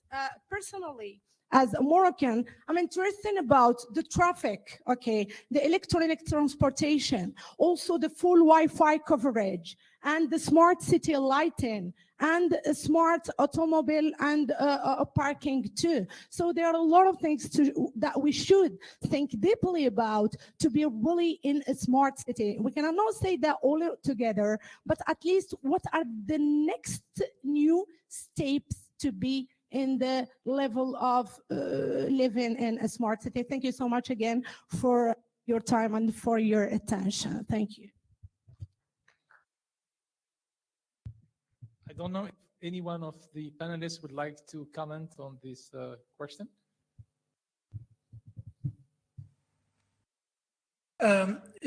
Professor Saidi? Yes, Hassan, yes, go ahead. I think the question was pertinent. I think in terms of course, not only one city nationwide or at the level of Africa, 2 or 3 would be smart. And she is absolutely right. This notion of smart city is not a luxurious city that is just for the cities that they can afford, or I think this smartness of the city should be generated. And therefore, it needs the intervention in different scales: national scale, territorial scale, regional scale, the city scale, and even the district, the neighborhood. So I think this is also a governmental kind of policy making, how to move from the actual cities to smarter cities. And all the sectors are concerned in the making the city smart. That means the health sector, education, industry, tourism. And I think I fully agree that we cannot just focus on one city. However, I would mention, since the notion of the smart city is new, we should all be modest and humble. There is no fully smart city now in Morocco, in Africa, even in Asia. No one can claim that is having 100 smart city. All smart cities over the world, they are just experimentation models. And therefore, how these experimentations of the smart city would be contextualized to give proper contextual model in every place. So to cut the story short, I think moving to smart cities is a top decision making, but also bottom up, because the smartness of the city cannot just policies and strategies, but also how the citizens, they will adopt this smartness, like in the case of COVID-19, and how people explore their own low-tech and high-tech to respond to solve their own problems. Thank you. Thank you so much, Professor Juan. And thanks to all the panelists for their input and contribution to this panel. And I think we're done with it. So we move now to the next probably item.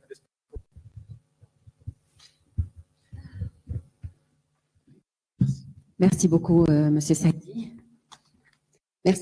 Merci à tous les panélistes pour ces interventions ô combien fructueuses et inspirantes. Donc, moi, personnellement, j'ai retenu beaucoup d'idées, j'ai appris beaucoup de choses. Enfin, merci aussi pour ce partage d'expériences qui doit s'adapter, bien entendu, au contexte de chaque pays. Mais nous arrivons maintenant à un moment très important et le moment le plus attendu de cette conférence. Il s'agit de la signature d'une importante convention entre la Fondation Temkin pour l'excellence et la créativité et l'école et l'ENCG de Casablanca. Donc, j'appelle Monsieur Kbej à nous rejoindre sur scène. Voilà. Là, le trophée.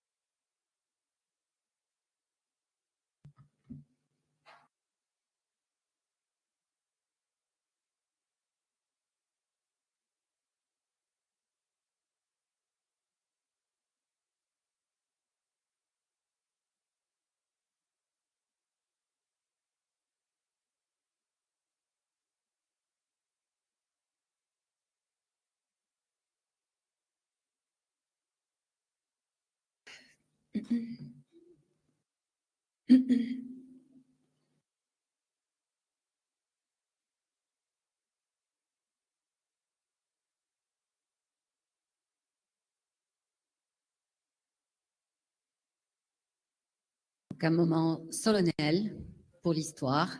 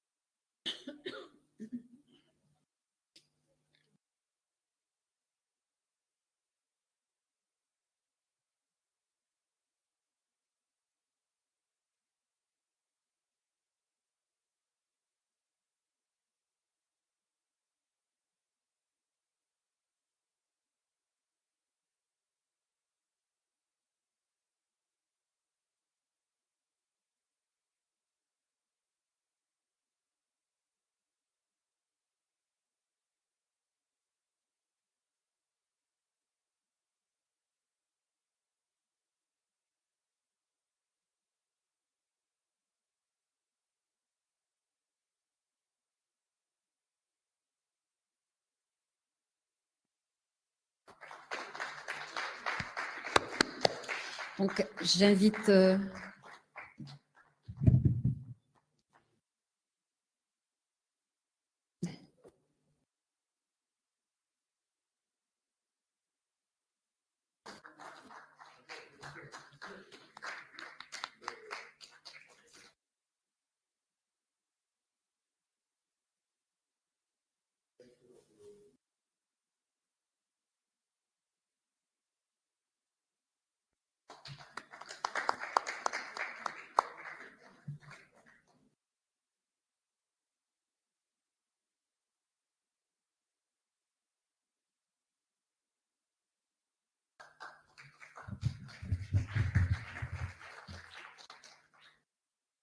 bravo.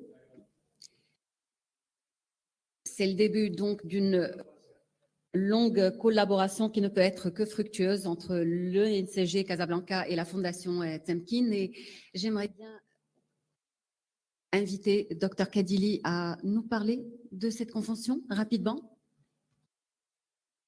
s'il vous plaît. Je vous remercie pour m'avoir donné l'opportunité d'en parler. Je vais prendre quelques minutes. En fait, c'est mon émotion qui va m'empêcher de parler. Être à l'ENCG aujourd'hui est non seulement un plaisir, mais c'est une joie, mais c'est un grand honneur pour quelqu'un comme moi qui essaye de s'investir avec autant de monde et autant de potentialités que possible. La dynamique que j'ai rencontrée à l'ENCG est véritablement unique. Nous pensons construire sur cette dynamique, nous avons l'intention et la détermination de construire sur cette dynamique et de travailler ensemble. J'ai invité le directeur de l'ENCG à créer ensemble ce que mon amie, Madame Yasmina Alaoui, qui se fait discrète, mais qui a fait énormément de travail, professeur à l'ENCG, qui est l'une des chevilles ouvrières de cette rencontre, a créé une sorte de groupe de travail sur l'éducation dans la dynamique des Smart Cities. Et donc, ensemble, c'est l'un des projets, ensemble, le ENCG et la Fondation Temkin, avec les expertises, d'autres volontés, nous viendrons, nous nous mettrons autour de la table et nous verrons comment nous pouvons contribuer à encourager d'autres à prendre le pas, à enfourcher ce qui a déjà été préparé, ce dont Son Excellence le gouverneur de Sa Majesté le Roi sur la ville de Berkane a parlé. Comment faire profiter d'autres villes de même dimension, de dimension plus grande. À Casablanca, il y a déjà une dynamique. Eh bien, nous sommes partie prenante à cette dynamique. Organisant des rencontres, des tables rondes, des conférences, des groupes d'études. Elle appelait ça un think tank, pourquoi pas, un think tank autour de l'éducation dans la dynamique des Smart Cities. Monsieur le directeur, je vous remercie du fond du cœur pour cette opportunité et je vous témoigne l'engagement de la Fondation de travailler avec vous et avec vos équipes. Merci. Que de bonnes choses lors de cette conférence. Voilà, maintenant, c'est le moment de remettre un prix. Donc, j'appelle monsieur. Tout de suite. Oh, j'ai fait une erreur. Ah, pour signer, voilà, pour une deuxième signature. Très bien.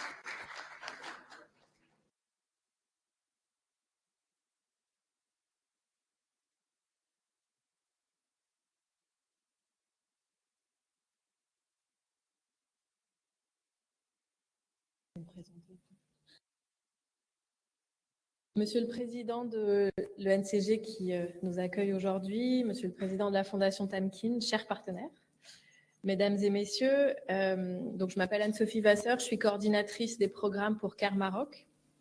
CARE Maroc, c'est une association de droit marocain qui est reconnue d'utilité publique, qui est non confessionnelle, apolitique et qui est membre d'un réseau international qui s'appelle CARE International. C'est une organisation qui a été créée en 2008. L'objectif pour nous, c'est de lutter contre la pauvreté dans l'ensemble de ses dimensions, en soutenant les personnes et les foyers vulnérables dans différents secteurs, notamment dans les secteurs de l'eau, de la jeunesse, du développement économique et de l'éducation.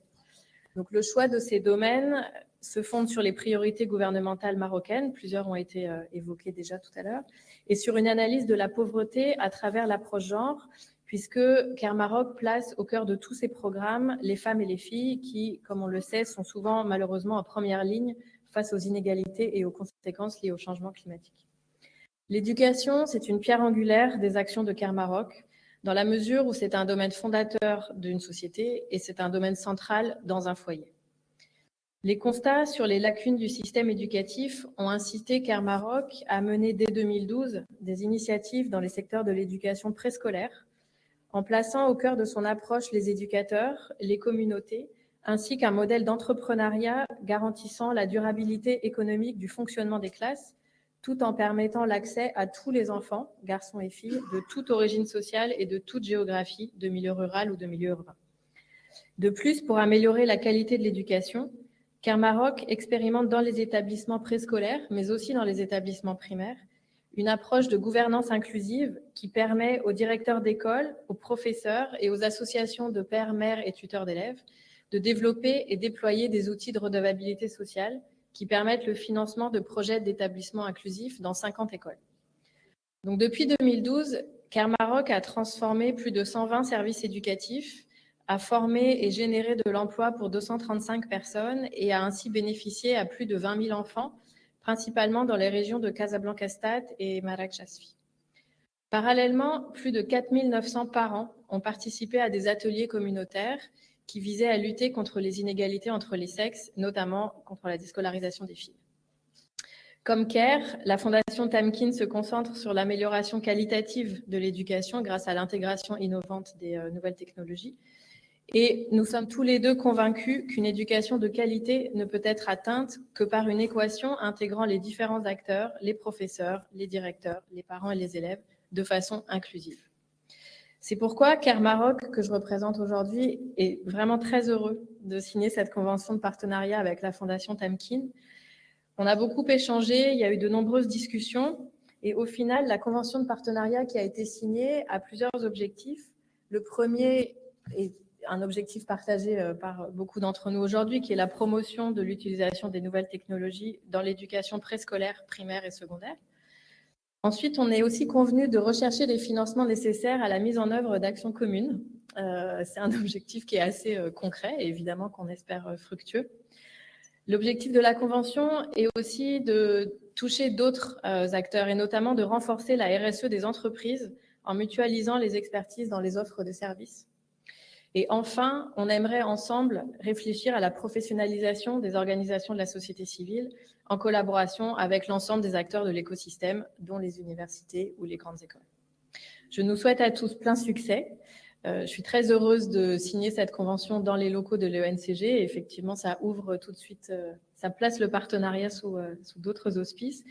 Et pour nous tous qui œuvrons pour l'éducation, qui est un droit humain que nous voulons accessible à toutes les personnes sans aucune forme de discrimination. Je vous remercie.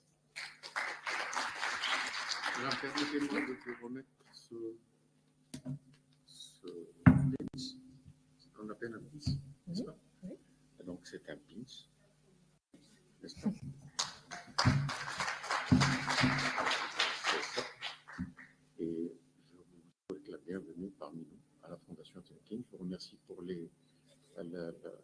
votre amabilité, les mots que vous avez prononcés à l'égard de la Fondation. Je suis très heureux d'avoir cette avec votre association. Merci beaucoup. Merci beaucoup. Merci beaucoup.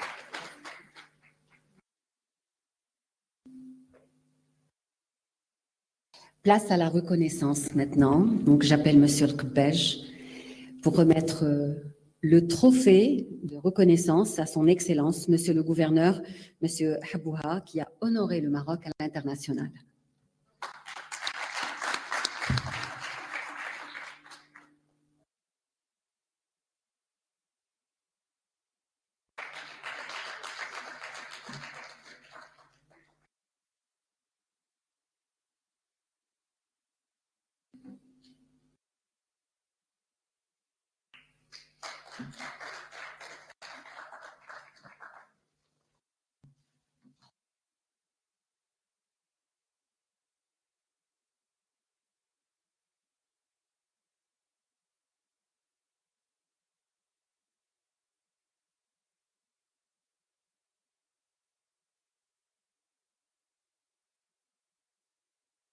Félicitations. Alors, vous restez, n'est-ce pas, Monsieur Kadili? Donc, puisque nous allons enchaîner avec le deuxième et dernier panel, que vous avez bien voulu modérer, puisque, Monsieur le Kadili, vous portez cette cause au point d'initier ce genre de rencontre pour avancer, pour faire profiter le domaine de l'éducation dans notre pays des meilleures prouesses en matière de technologie. Et donc, ce workshop abordera la thématique de l'éducation dans les Smart Cities. Et pour ceux qui ne connaissent pas le brillant parcours de Monsieur le Kadili, eh bien, permettez-moi de vous informer que Monsieur Kadili est président fondateur de la Fondation Temkin pour l'éducation et la créativité, pour l'excellence et la créativité. Dr Kadili a assuré des fonctions supérieures au sein de l'administration publique marocaine, dont celle de directeur de la réforme administrative, de directeur adjoint des archives royales et de directeur central au ministère de l'Habitat, des activités d'enseignement aussi bien au Maroc qu'aux États-Unis, de vice-président d'entreprises américaines, d'avocat, directeur pour l'établissement de la paix et la règle de droit d'une organisation internationale basée à Washington et de président d'une organisation internationale active dans le domaine des droits de l'homme. Dr Kadili s'est particulièrement focalisé sur la transition démocratique, le développement et l'émergence de pays africains où il continue à ce jour à assurer des activités de conseil et d'assistance. Et donc, le président de la Fondation Temkin est titulaire de plusieurs diplômes pré- et post-doctoraux, dont ceux de facultés et d'écoles marocaines et d'écoles de gestion d'entreprises et de droit des États-Unis d'Amérique. Alors, je vous cède la scène. Merci beaucoup. Vous savez beaucoup de tout ça. Voilà. Merci à Madame Layouni. C'est un plaisir de vous avoir présenté l'ensemble cette manifestation, la première, elle ne sera pas la dernière, et je voudrais que vous nous fassiez le plaisir et l'honneur de présenter les conférences à venir. Merci beaucoup. Je voudrais, I would like to call to this second panel, Dr. John King, Victory XR, Texas, USA. Is John online? I am online. Okay, John, the introduction. Is yours.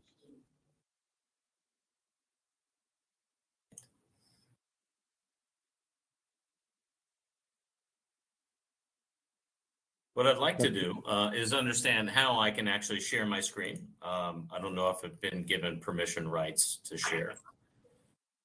You'll be given permission. All right, thank you. So I appreciate everyone's time today, and I want to talk a little bit about immersive learning and smart schools. I think that is something that goes hand in hand with smart cities. And I work for a company that focuses on education. So really what we're doing is we're helping schools, whether it's in elementary, high school, or university level, move their education from traditional modalities, maybe that's face-to-face or on a Zoom call, and moving that instruction into the virtual reality environment. So if you're looking to create a metaversity, for example, you have to think about a couple of things. You need to think about the three-dimensional object using. You want to think about the classrooms. That could be a lecture hall. It could be a movie theater. It could be the surface of another planet. You can take students to anywhere in the world, and you can use these 3D models to instruct, but you can also take people on 360-degree field trips. Some of the things that we focus on in getting ready for universities and schools to move into virtual reality is providing training and instruction, making sure that teachers have the tools that they need to be successful in the space. Obviously, technical support and digital twins, which is something we'll talk a little bit more about, helps give a representation of what you have in the real world and moving that into the VR world as a one-to-one ratio. So if you're trying to create a smart school and move this into the VR environment, you need to think about a few things. You need to understand that the technology is agnostic, that you can teach organic chemistry, you can teach history, you can teach biology, you can teach geology. Anything that you want to teach is possible. What really counts is the instructors who are excited about learning and teaching with this new technology for a class to be successful. Headsets, typically in most new technologies, technology is limited to a laboratory. And what we have now is technology that's available and often cheap enough where students can take this technology home with them. That they do not have to be at a physical location. They can be at their home or a library or a study center and use this technology. It's important as you look at these new technologies, you want to plan for growth. So maybe working with 100 students is pretty easy, but you want to think how you're going to scale that to 1,000 students.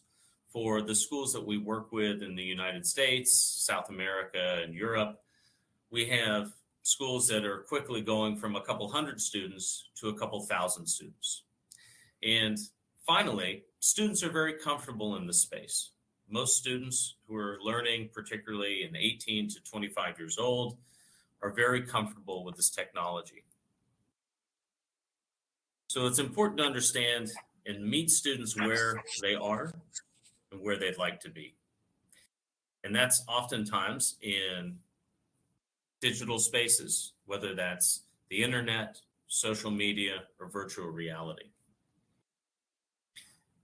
We want to talk about where we have partners. We have partners in over 40 countries. So this is something that we believe is accessible for everyone. And as we continue to grow and add more countries, we want to provide those opportunities for students of all ages.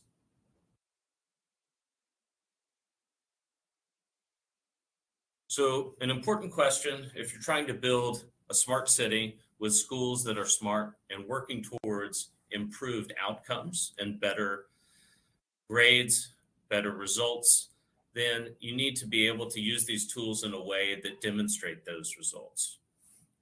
So if you want to take, for an example, one of our partners at Morehouse College, they taught a class in face-to-face, in online, so think a Zoom call, and they taught it at a metaversity in virtual reality. And what they found is that the results related to attendance and engagement and achievement in the grades that the students are actually making in the courses improved across the board when you introduced virtual reality as a solution in teaching.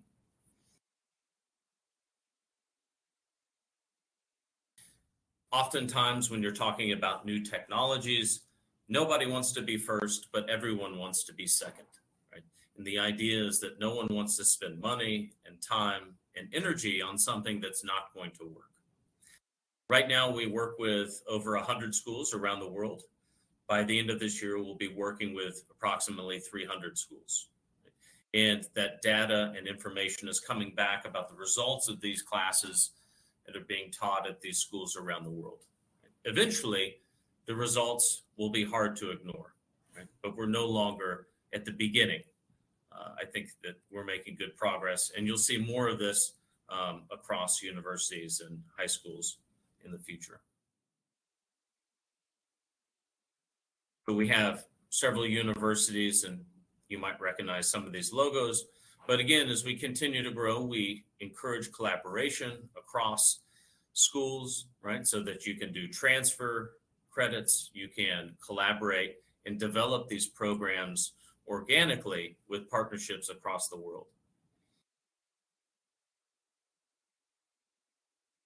It's important to understand when you're teaching in VR that you're not reinventing the wheel. The classes that schools are teaching in these smart schools are focused around the courses that they already have. So you're not creating a new course, but you are using a new tool. And that new tool allows you to do some things that otherwise maybe you would not be able to do. Maybe you don't have enough space in the real world. You don't have enough funding or equipment in the real world. And those are some problems VR can help solve. So what we do is we take the classes and material that you already have and help migrate that material and move it into the VR space for instruction. So what does this take? It takes about 8 to 10 weeks to bring a school from beginning for training for instructors, moving that material into the VR space and making sure that that material and the instructor is ready before you bring in students into the space.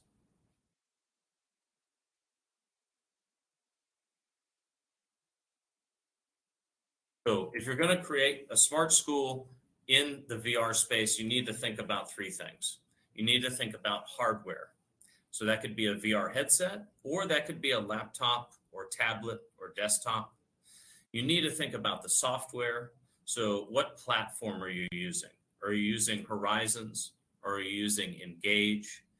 And then the last thing you want to think about is, what is the ecosphere? What is the environment that you're trying to create? Right? Are you trying to build a digital twin of a campus that you already have in the real world? Or are you looking to do something unique and different, perhaps, that doesn't exist in the real world? All of these things are possible when you're talking about teaching in the VR space. What does it cost? That's always an important question. You can build a digital twin or metaversity for around $50,000 US. Most licenses to use these platforms are around $195 per year.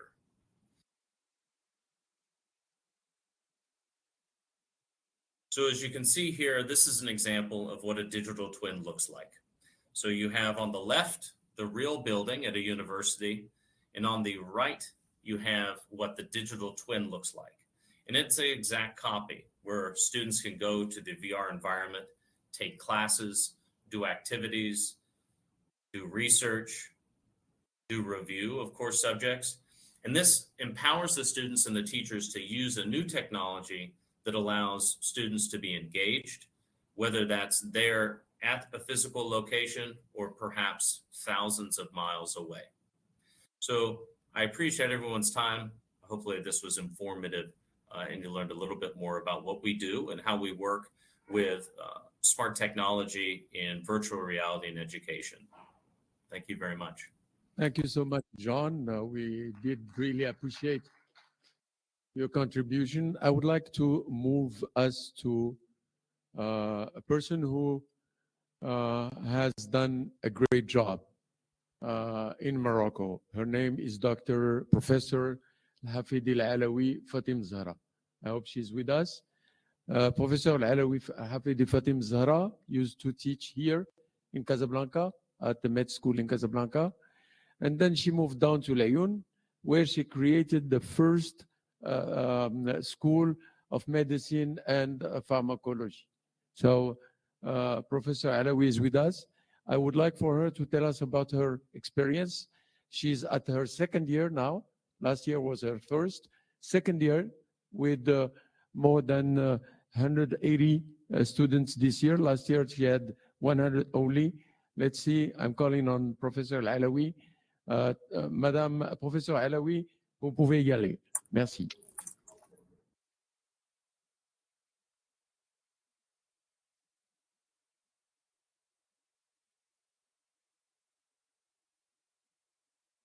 On ne vous entend pas. Il faut activer votre micro.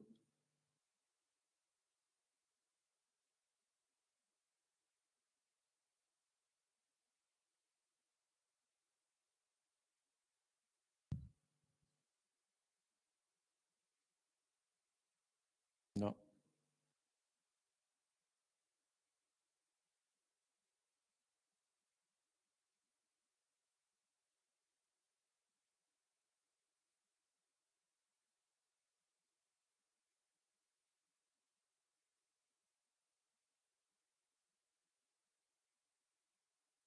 Je pense qu'en attendant que le professeur Alaoui règle le problème de son micro, on peut passer au Dr. Smeda de l'ICESCO. Is Dr. Smeda with us? Yes. Okay. We're fine. Go ahead, please. Thank you very much. If you can just allow me to share my presentation. Yes.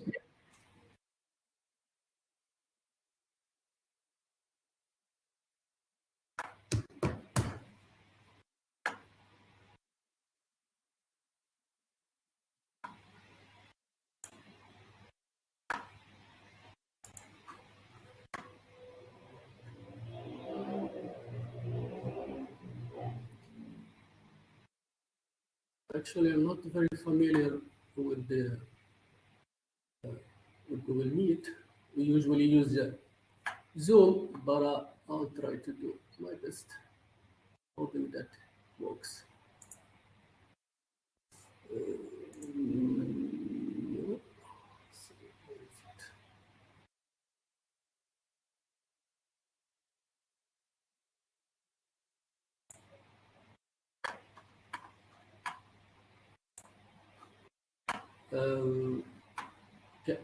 Can you see the can you see the presentation or not yet?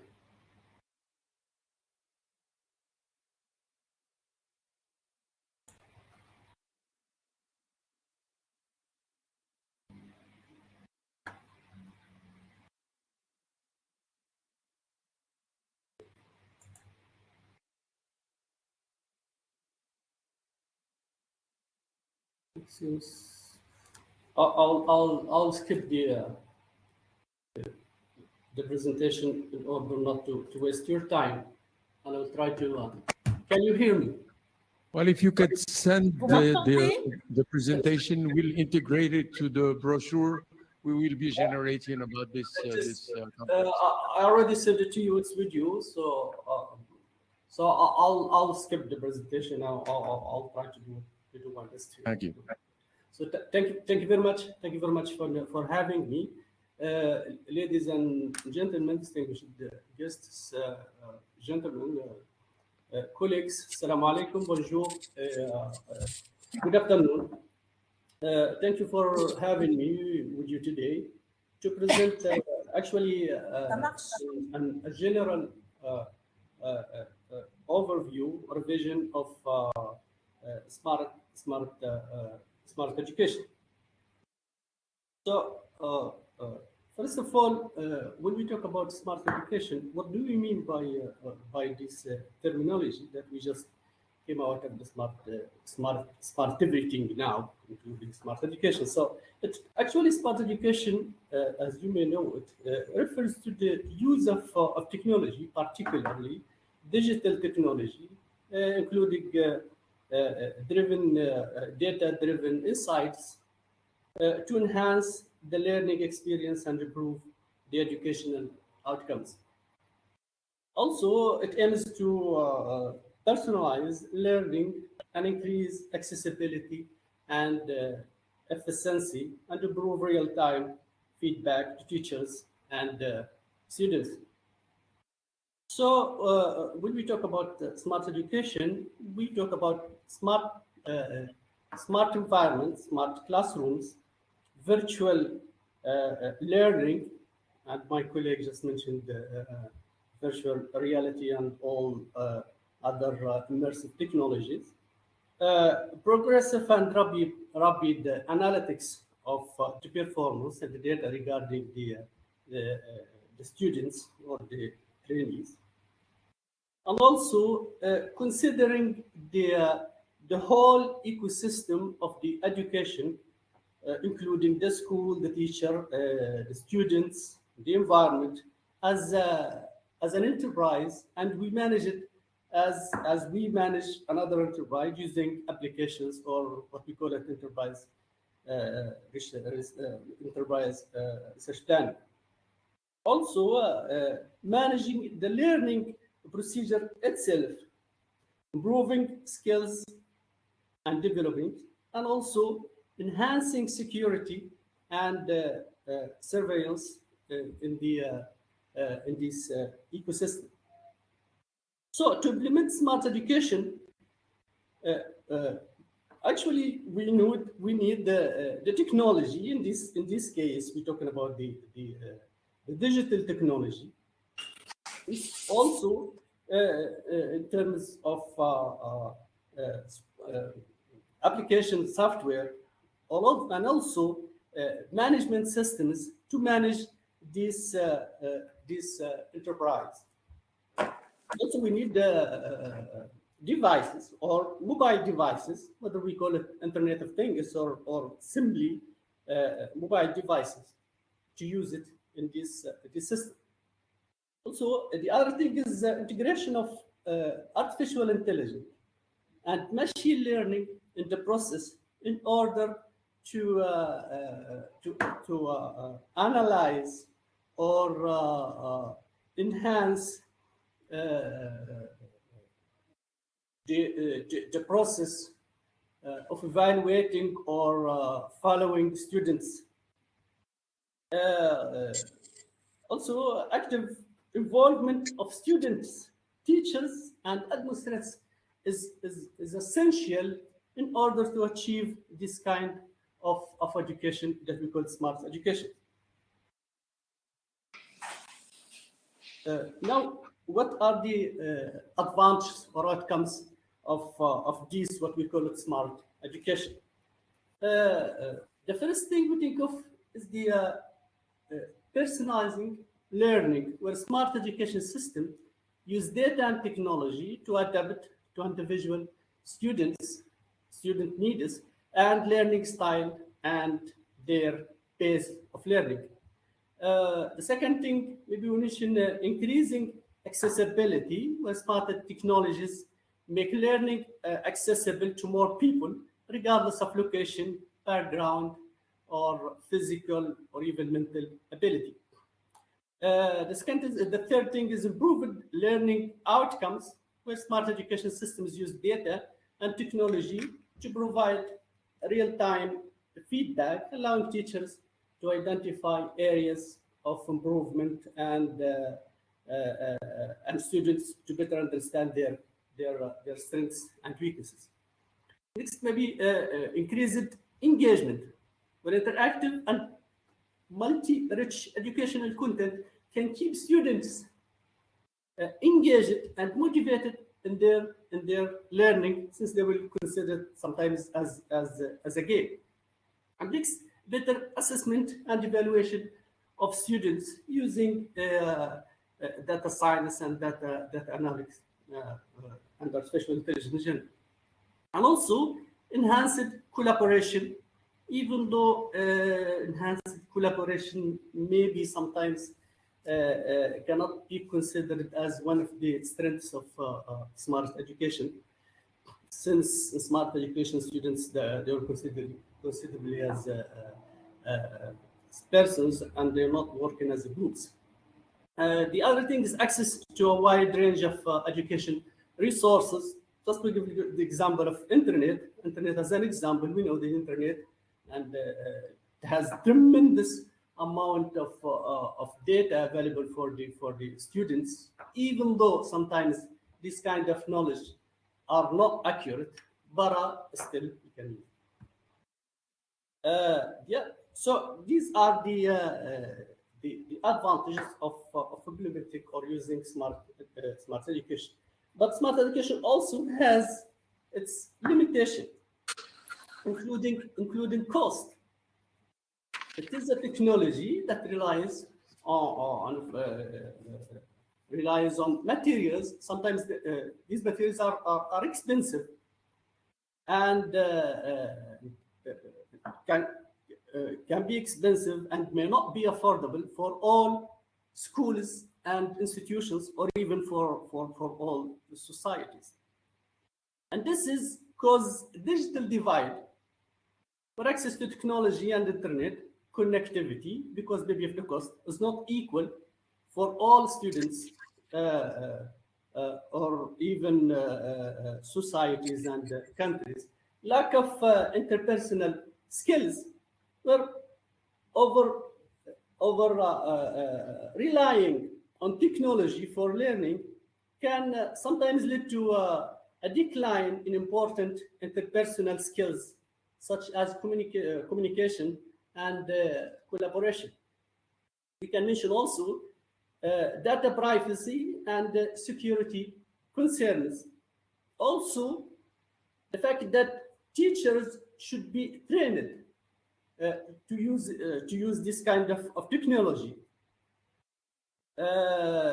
Also, relying on technology has another drawback or another problem, which is the technical issue or the technical glitches.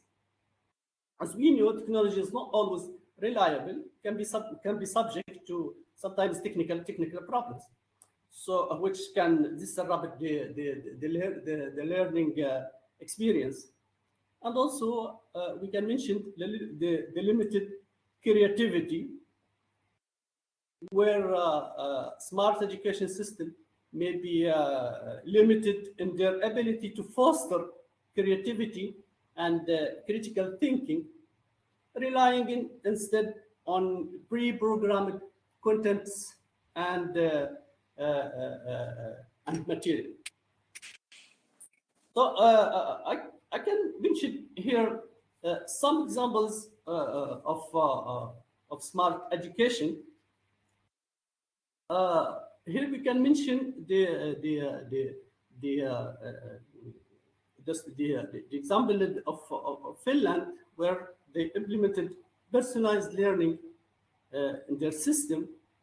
Finland has been a pioneer in personalized learning and has implemented a technology-driven education system in its schools. So the system uses data to tailor learning experiences to individual student needs and provides real-time feedback to teachers. Also, we can mention the example of smart classes in the United States, smart classrooms in the United States. When in the United States, some schools have implemented smart classes technology, such as interactive whiteboards and learning management. We can mention the experience of China relying on online learning, online educations, and mainly after the problem of the COVID-19 pandemic. Also, the example of South Korea using the concept of gamification in learning, or what we call it gamified learning, where South Korea has been using gamification and gamified learning methods in its schools to engage children and improve their motivation to learn. And so, what's the future in smart education? So we can see it in three axes. The first one, by increasing the use of immersive technology, and my colleague just gave a very interesting presentation concerning the utilization of immersive technology, including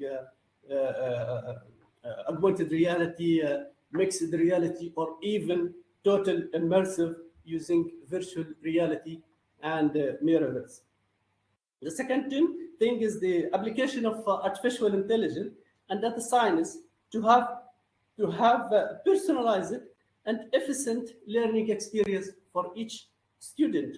The third thing is the use of human-machine interaction applications, including natural language processing applications, in particular chatbots, and now everybody's talking about the application of ChatGPT, which is the all it offers, and also all the negative impact. Maybe we thought that's going in terms of education, including the cheating and relying on the on materials instead of thinking and trying to solve problems. So, to conclude, ladies and gentlemen, actually smart education represents a major shift in the way we approach learning and teaching. By using technology and data-driven insights, we can provide personalized and engaged educational experience that help students reach their full potential. However, it's important to approach this transition with caution, ensuring that we use technology to augment and enhance traditional teaching literacy. So, finally, ladies and gentlemen, here in UNESCO, we are very aware of the importance of education, and therefore we are interested of any initiatives that can help to empower our youth and our children, and to prepare them to succeed in the rapid growing world of the 21st century. Thank you very much, and we'll be glad to discuss anything with you after this presentation. Thank you so much, Professor Smeda. I would come back to you. I will come back to you for ChatGPT, because we had a great discussion here with the students, and I did put some questions to them, and I would like to put the same questions to you. You said that, okay. Can I? You said that ChatGPT is probably cheating. I beg to differ, and if I may, I'll get back to you. I would like to give Professor Alaoui Hafidi an opportunity for a few minutes. Go ahead. Merci. Est-ce que vous m'entendez déjà? Nous vous entendons maintenant. Merci, merci beaucoup. Merci. Bonjour, monsieur le gouverneur, monsieur le directeur de l'ENCG. Merci de m'avoir inclus dans votre panel fort intéressant. Je remercie particulièrement le professeur Kadeli, avec lequel nous avons beaucoup travaillé ici à l'université Ibn Zor et notamment à la faculté de médecine et de pharmacie de l'Ayoun, qui a ouvert ses portes en octobre 2021. Actuellement, en effet, nous sommes à notre deuxième année de médecine et nous pensons que ces prochaines facultés qui vont naître doivent être nées Smart Faculties. Je suis tout à fait d'accord avec tout ce que je viens d'écouter comme brillante conférence, et ça s'applique justement à la faculté de médecine. Alors justement, ici à l'université, nous avons essayé de démarrer d'emblée par des process de smart compétences, de smart actions par rapport à l'administration, par rapport aux enseignants et par rapport aux étudiants. Donc, d'emblée, nous avons essayé d'avoir comme objectif au long terme déjà du zéro papier, en essayant de tout digitaliser, de digitaliser les cours, notamment pour les étudiants, et qu'il y ait toujours un enseignement hybride. Il faut dire que personnellement, je ne suis pas pour un enseignement online à 100% pour les étudiants qui viennent de commencer, surtout pour la première et la deuxième année. Mais nous avons utilisé l'enseignement en ligne pour les révisions et pour les préparations à des compétences bien particulières. Aussi, nous pensons inclure un centre de e-santé, parce que si tout ce qui est, intelligence artificielle est important, il l'est beaucoup plus en matière de médecine et de santé. santé et de santé connectée.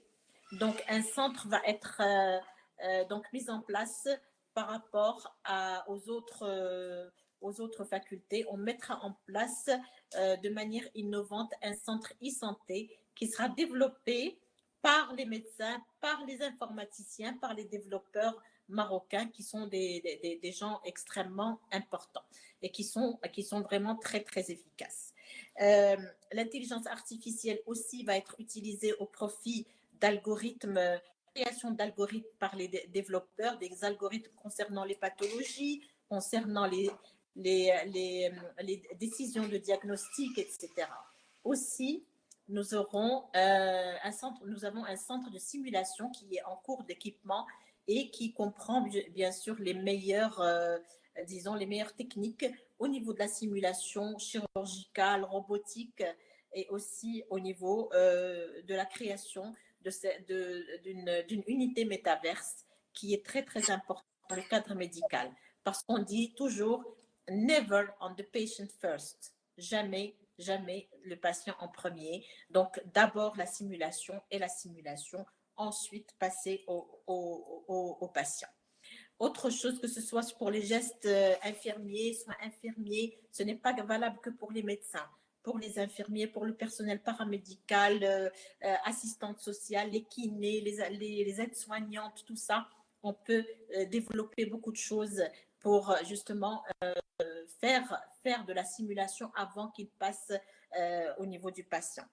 Aussi, en matière de e-santé, on développe la télémédecine qui est un axe important au niveau de la couverture médicale concernant les déserts médicaux et les endroits qui sont peu peuplés en médecins généralistes, mais aussi en médecins spécialistes. Et dans cette optique-là, nous comptons développer la téléconsultation, donc consultation à distance, et la téléexpertise, consultation entre médecins et médecins, ainsi que la télésurveillance. Donc, ce sont des projets en cours qu'on compte développer. Voilà ce que je voulais dire en gros sur ce qu'on peut imaginer au niveau de la Smart Faculty, et du Smart Hospital également, parce qu'on a le CHU qui est en train de se construire juste en face et nous comptons effectivement développer cela dans nos régions du Sud. Merci beaucoup.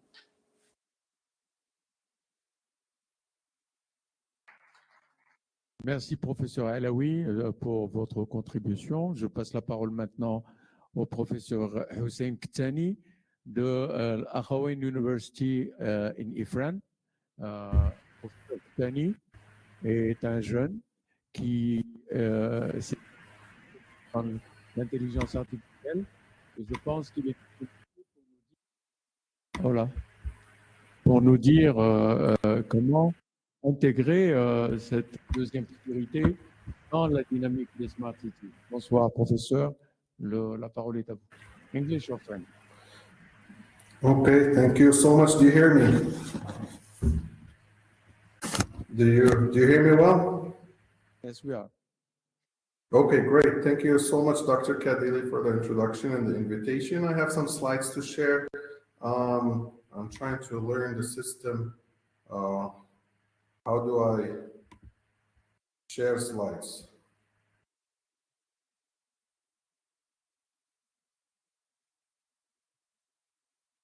Is there a way how add?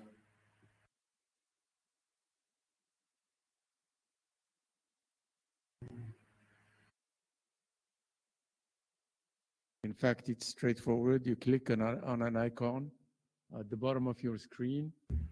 Then you have a pop-up, click on the pop-up, and then on your slides. Share. Okay, now I have access to it. Okay, share window. Trying to find.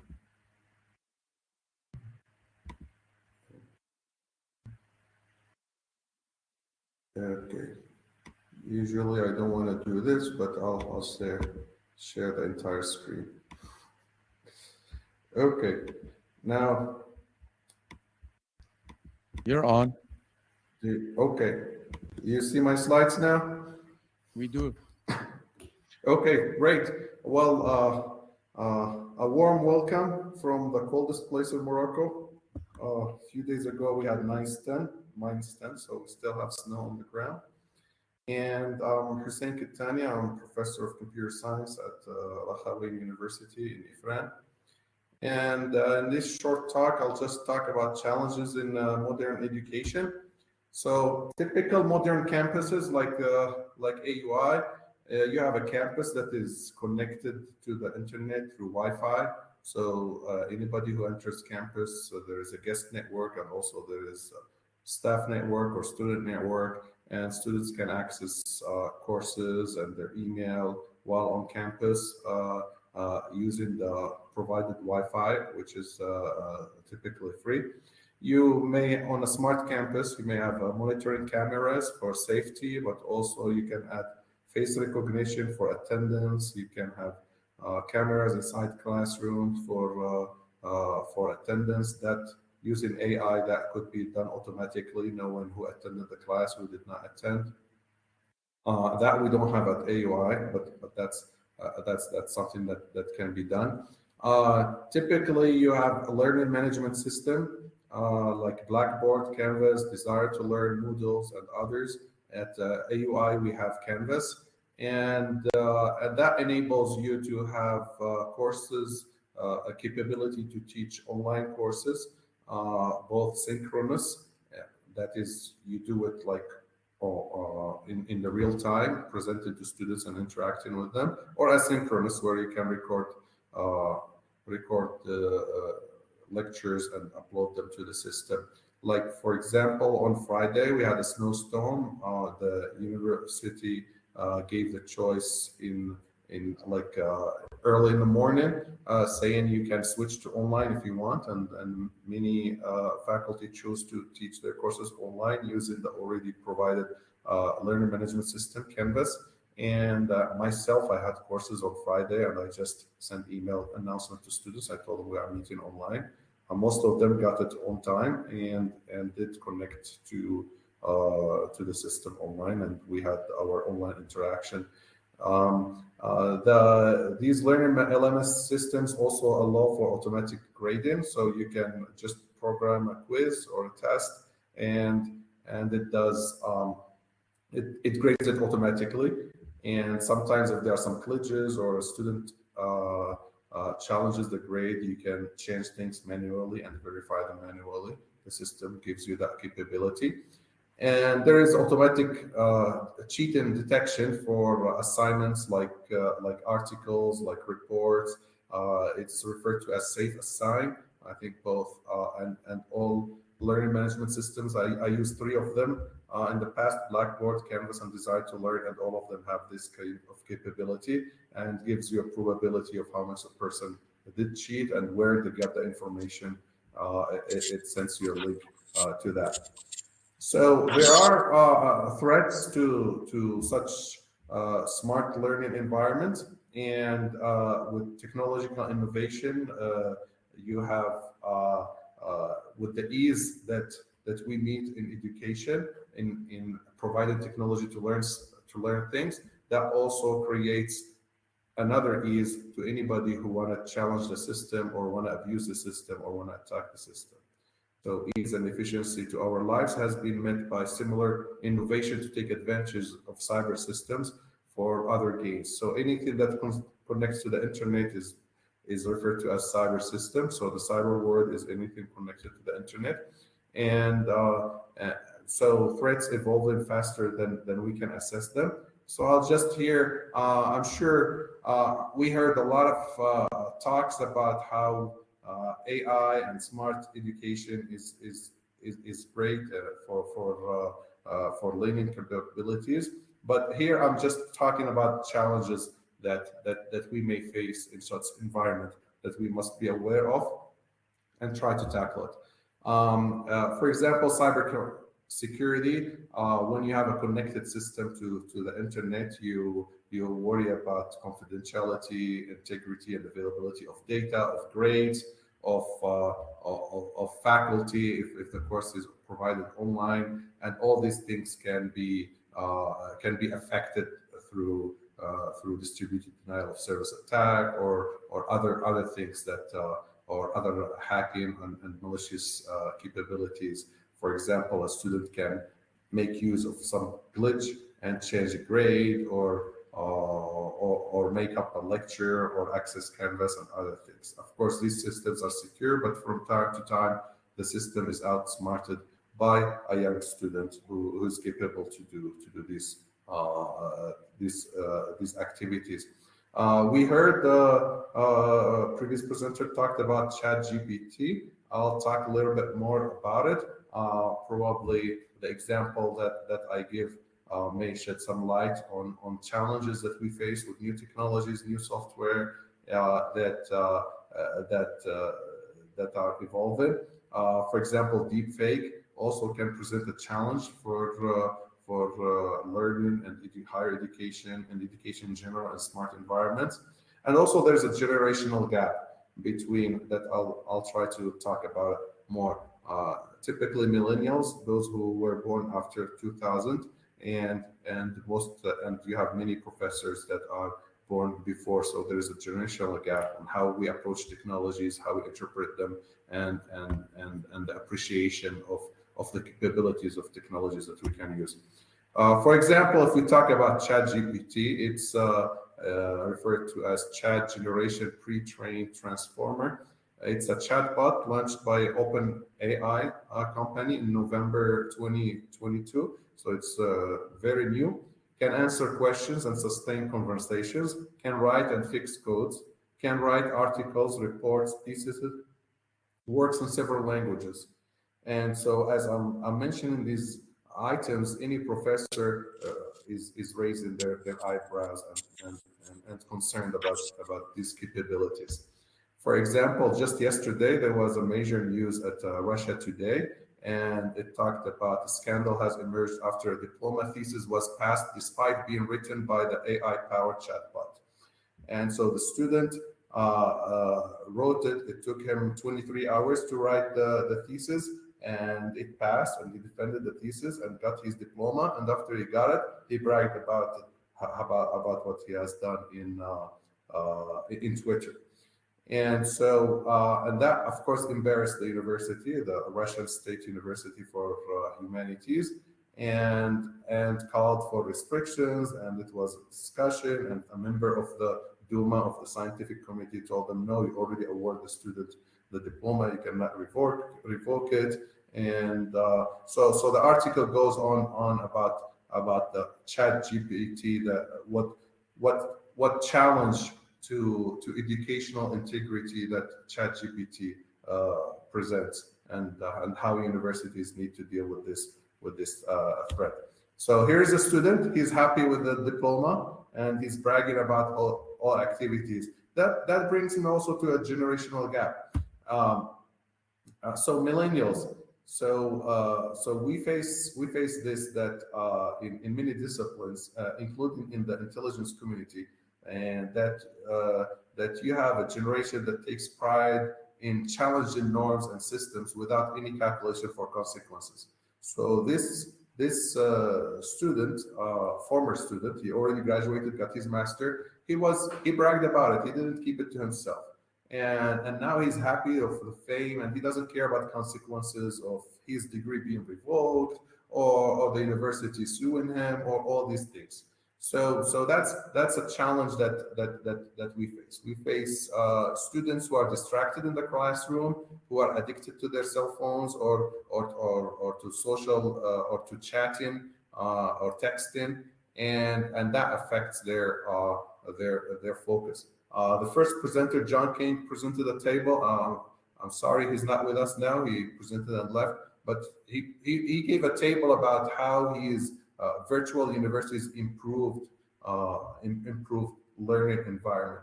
But that just, if you measure it through grades, what measure do you know that there wasn't integrity issues when students are not monitored? So when grades improved, was it because they were not monitored, because the fully online learning experience made it easy for them to access information through the web or through talking to their peers, and therefore that improved their grades? That's something missing in such statistics. So there are challenges, and generational gap is a major challenge. And that's not only faced in higher education, but also when they graduate. We've seen in the intelligence community, seen the cases of Edward Snowden and Chelsea Manning in the United States, how a person just make their mind, make their decision, don't care about consequences, and move on. And that has major consequences to the company or the nation that was protecting them, or they were part of it. So that ends my talk. It's quick and just talking about this. Just presented some issues and maybe for a later discussion. Thank you very much for the opportunity. Let me stop sharing. Thank you so much, Professor Kitani. I think this concludes the second panel. I would like to give the floor back to Mrs. Layouni. Yes? Any question? Yes, please. Yes. Yes, definitely, with a mic.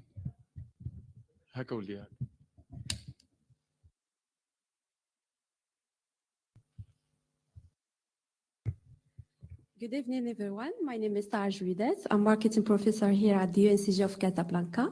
First of all, I'd like to thank all the participants for the relevant presentation.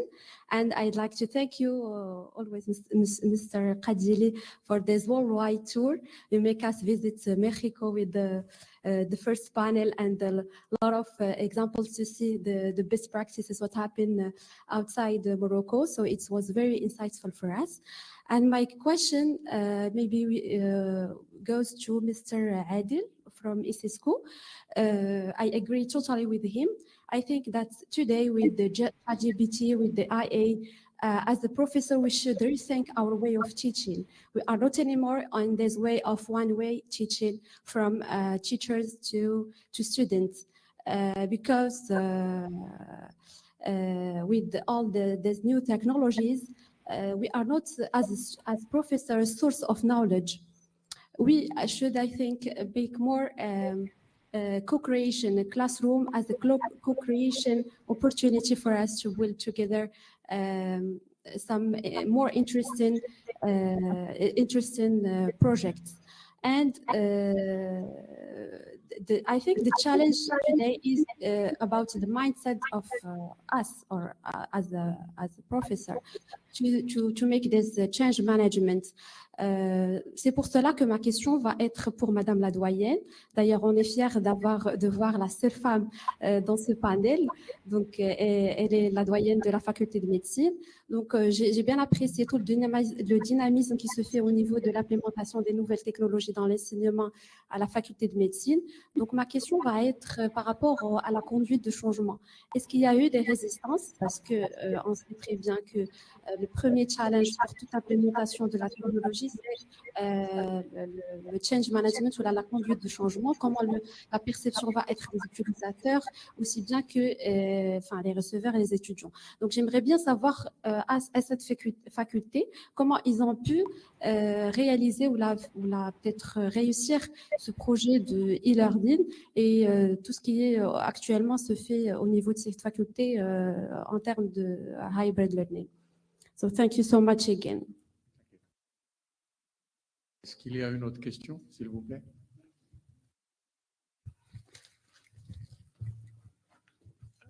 Professeur Alaoui, vous êtes encore avec nous?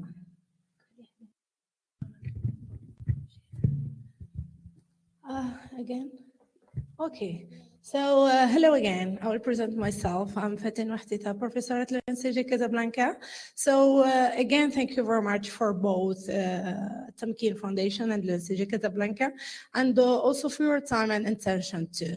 So the question is, so I think Mr. Adil talking about education, especially the interactive education. When we talk about the education or the smart education or the interactive education, we're in front of two things, act and react. I mean, the act and the impact too. So all we are in the part of acting. I mean, in the part of still thinking about what we should do, or the steps that we are, or the wealthy steps to have this interactivity or the smart education. With the ChatGPT, as Mr. Kadili said, it's one of the solutions that come in to solve problems in their part in quick, wealthy way. What we need is, what are the advices that you can give to us to start or to be on the first step to this smart word in part of education as professionals and as professors too? Because when we say that we are in smart school, smart university, so how can we believe that we are in it, just not just like name? That's why. So what are the advices that outside or other experiences give us to be like them in their part? And thank you again for your attention time too. Thank you. Thank you so much for the question. Yes. We will leave the answers to the last. Thank you. Hi everyone, my name is Yahya Msaoudi. I'm a student here in ENCG Casablanca. I'm hereby standing to thank everyone behind the success of this conference. So I have two questions. My question is the following. The first, since we're talking about smart faculties, can't we just talk about a complete remote faculties? The second question is, since we're talking about ChatGPT, can we just count it as a tool that helps students to achieve their assignment quicker? We should keep in mind that we're preparing students to the job market, a job market where we're not searching for the originality of the idea, but the efficiency of the idea. Thank you. Thank you. Anybody else?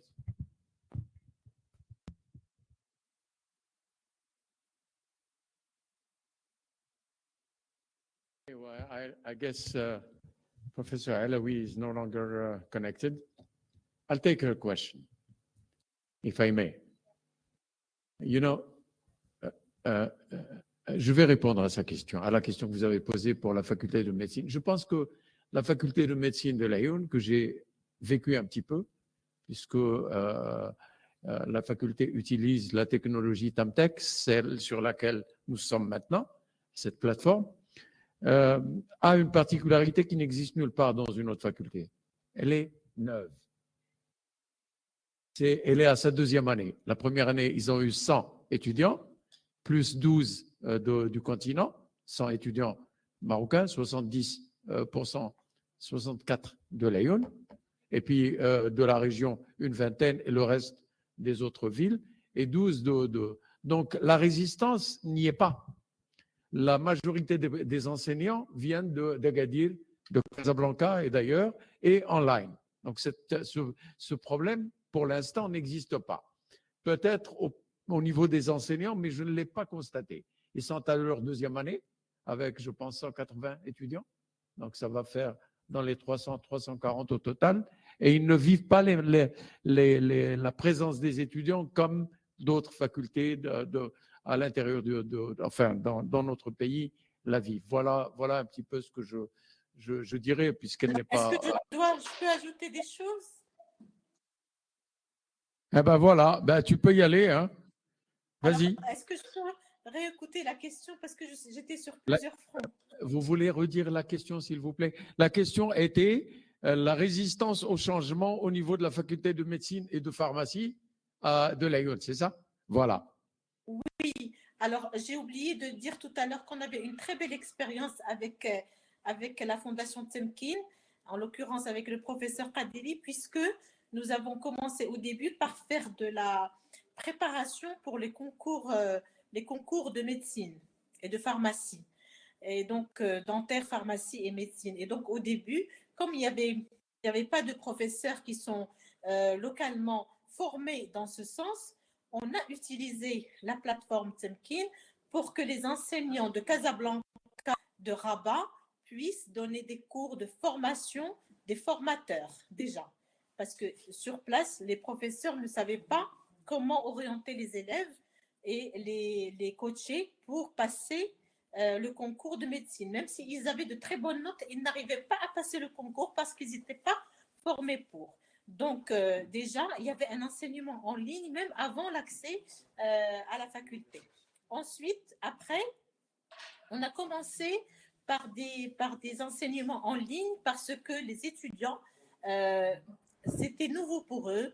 Ils ne pouvaient pas suivre juste You are currently the en only ligne. person in Ils this voulaient conference. avoir un professeur quand même en face d'eux avec lequel ils pouvaient échanger. C'est pour ça qu'il y avait cette résistance, parce que c'est nouveau. Parce qu'eux, ils ne sont pas comme à Casa ou à Rabat habitués à avoir la faculté, à avoir des profs universitaires autour d'eux. Là, c'est nouveau. Donc, c'est pour ça qu'on a commencé par de l'enseignement en présentiel.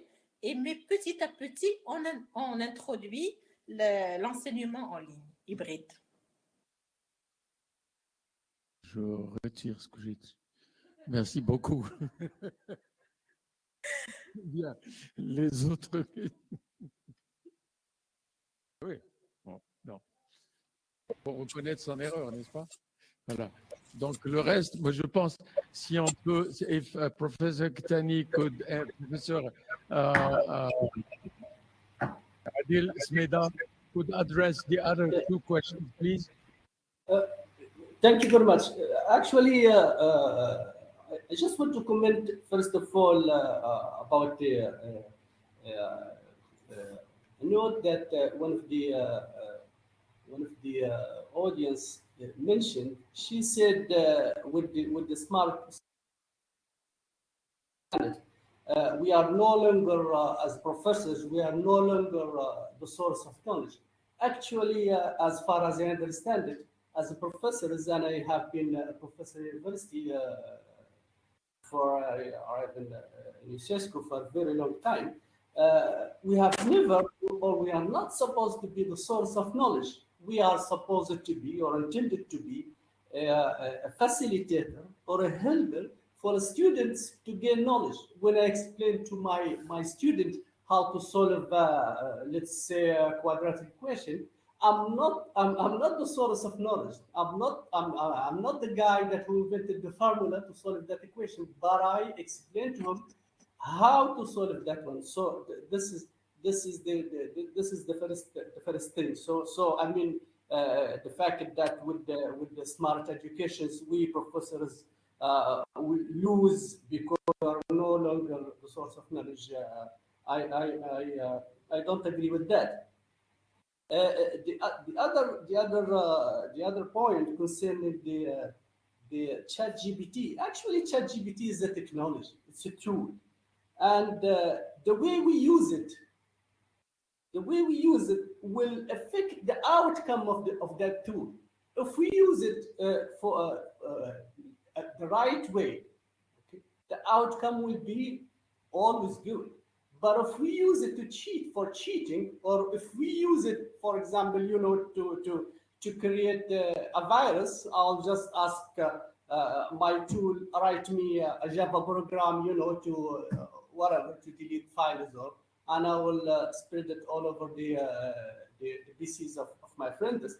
That's a bad thing. But if we ask him how to write a program in Java, so I'm gaining knowledge of that, and this is the right way. So ChatGPT is a technology like any other technology. Let's take, for example, as a human being, we gained the technology of let's say nuclear power. But the first thing we did, the first single use of nuclear power, we used it to build the weapon, and the outcome of that was around 500,000 people vanished in only few seconds in Nagasaki and Hiroshima. So this is not the technology. This is not the knowledge. The same thing with ChatGPT. It's not natural language processing, which is the technology behind ChatGPT. Is not good. We used that technology is not the right thing. And I invite all of you in the 20th of this month, 20th of February, to come in our here in UCESCO to come in our quarter here, where we have a workshop concerning the advantages and disadvantages of ChatGPT, the technology behind it, how we use it, what are the limitations of ChatGPT, what are the consequences, or maybe what will be the good effect and bad effect to our societies of ChatGPT. So I invite all of you to join us and to participate in this workshop. Thank you so much. Dr. Kitani, could you address the remaining two questions? Sure. Thank you very much, Ian. One of the questions shows the generational gap and the interpretation of things. So what professors may consider cheating, students may not consider cheating. For example, even the word cheating, for them, it may just be collaboration, and they tell you in the real world, we collaborate, we work in groups. So our students need to understand, the definition of what is cheating and why cheating is not good for them at the university level, and what is defined as collaboration should be very clear to students. And the rules of game and rules of engagement should be very clear. Now, so if I get an assignment and I just give it to ChatGPT and it solves it for me, the question, what did the student learn if they just use ChatGPT? And in that sense, they are cheating themselves before cheating anybody else. And that's something that the young student needs to understand, is what value are they gaining by using this technology? Are they learning, or are they just learning how to use the technology? And ChatGPT, like these chatbots, they were introduced in the intelligence community way before November 2020, 22. And it was even the US election was blamed for being manipulated by the Russian government through chatbots, through Facebook and other things. And US intelligence community funded a project on how to have a program that interacts with chats up to like 3 times or something like that. So just now, after almost 13 years from the Arab Spring and all these things, now we are seeing a commercial or a civilian usage of these chatbots, which is ChatGPT. But for example, the example I gave about somebody who used it to write their own thesis, master thesis, that definitely presents a challenge to academic integrity. But it is a smart tool. It is wonderful, and the idea how to use it as an integral part for learning management rather than beating the learning system. Thank you so much. I think that concludes the second panel. I turn the floor to Mrs. Layouni, whom I thank very much for her contribution, and her patience as well.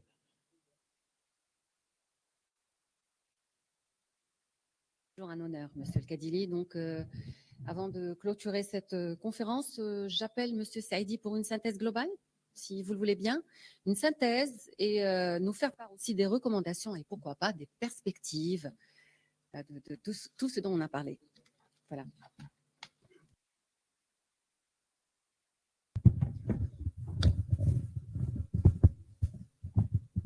Je crois qu'on peut continuer en français. Je ne sais pas s'il y a des intervenants qui ne comprennent pas le français. Autrement, comme vous voulez.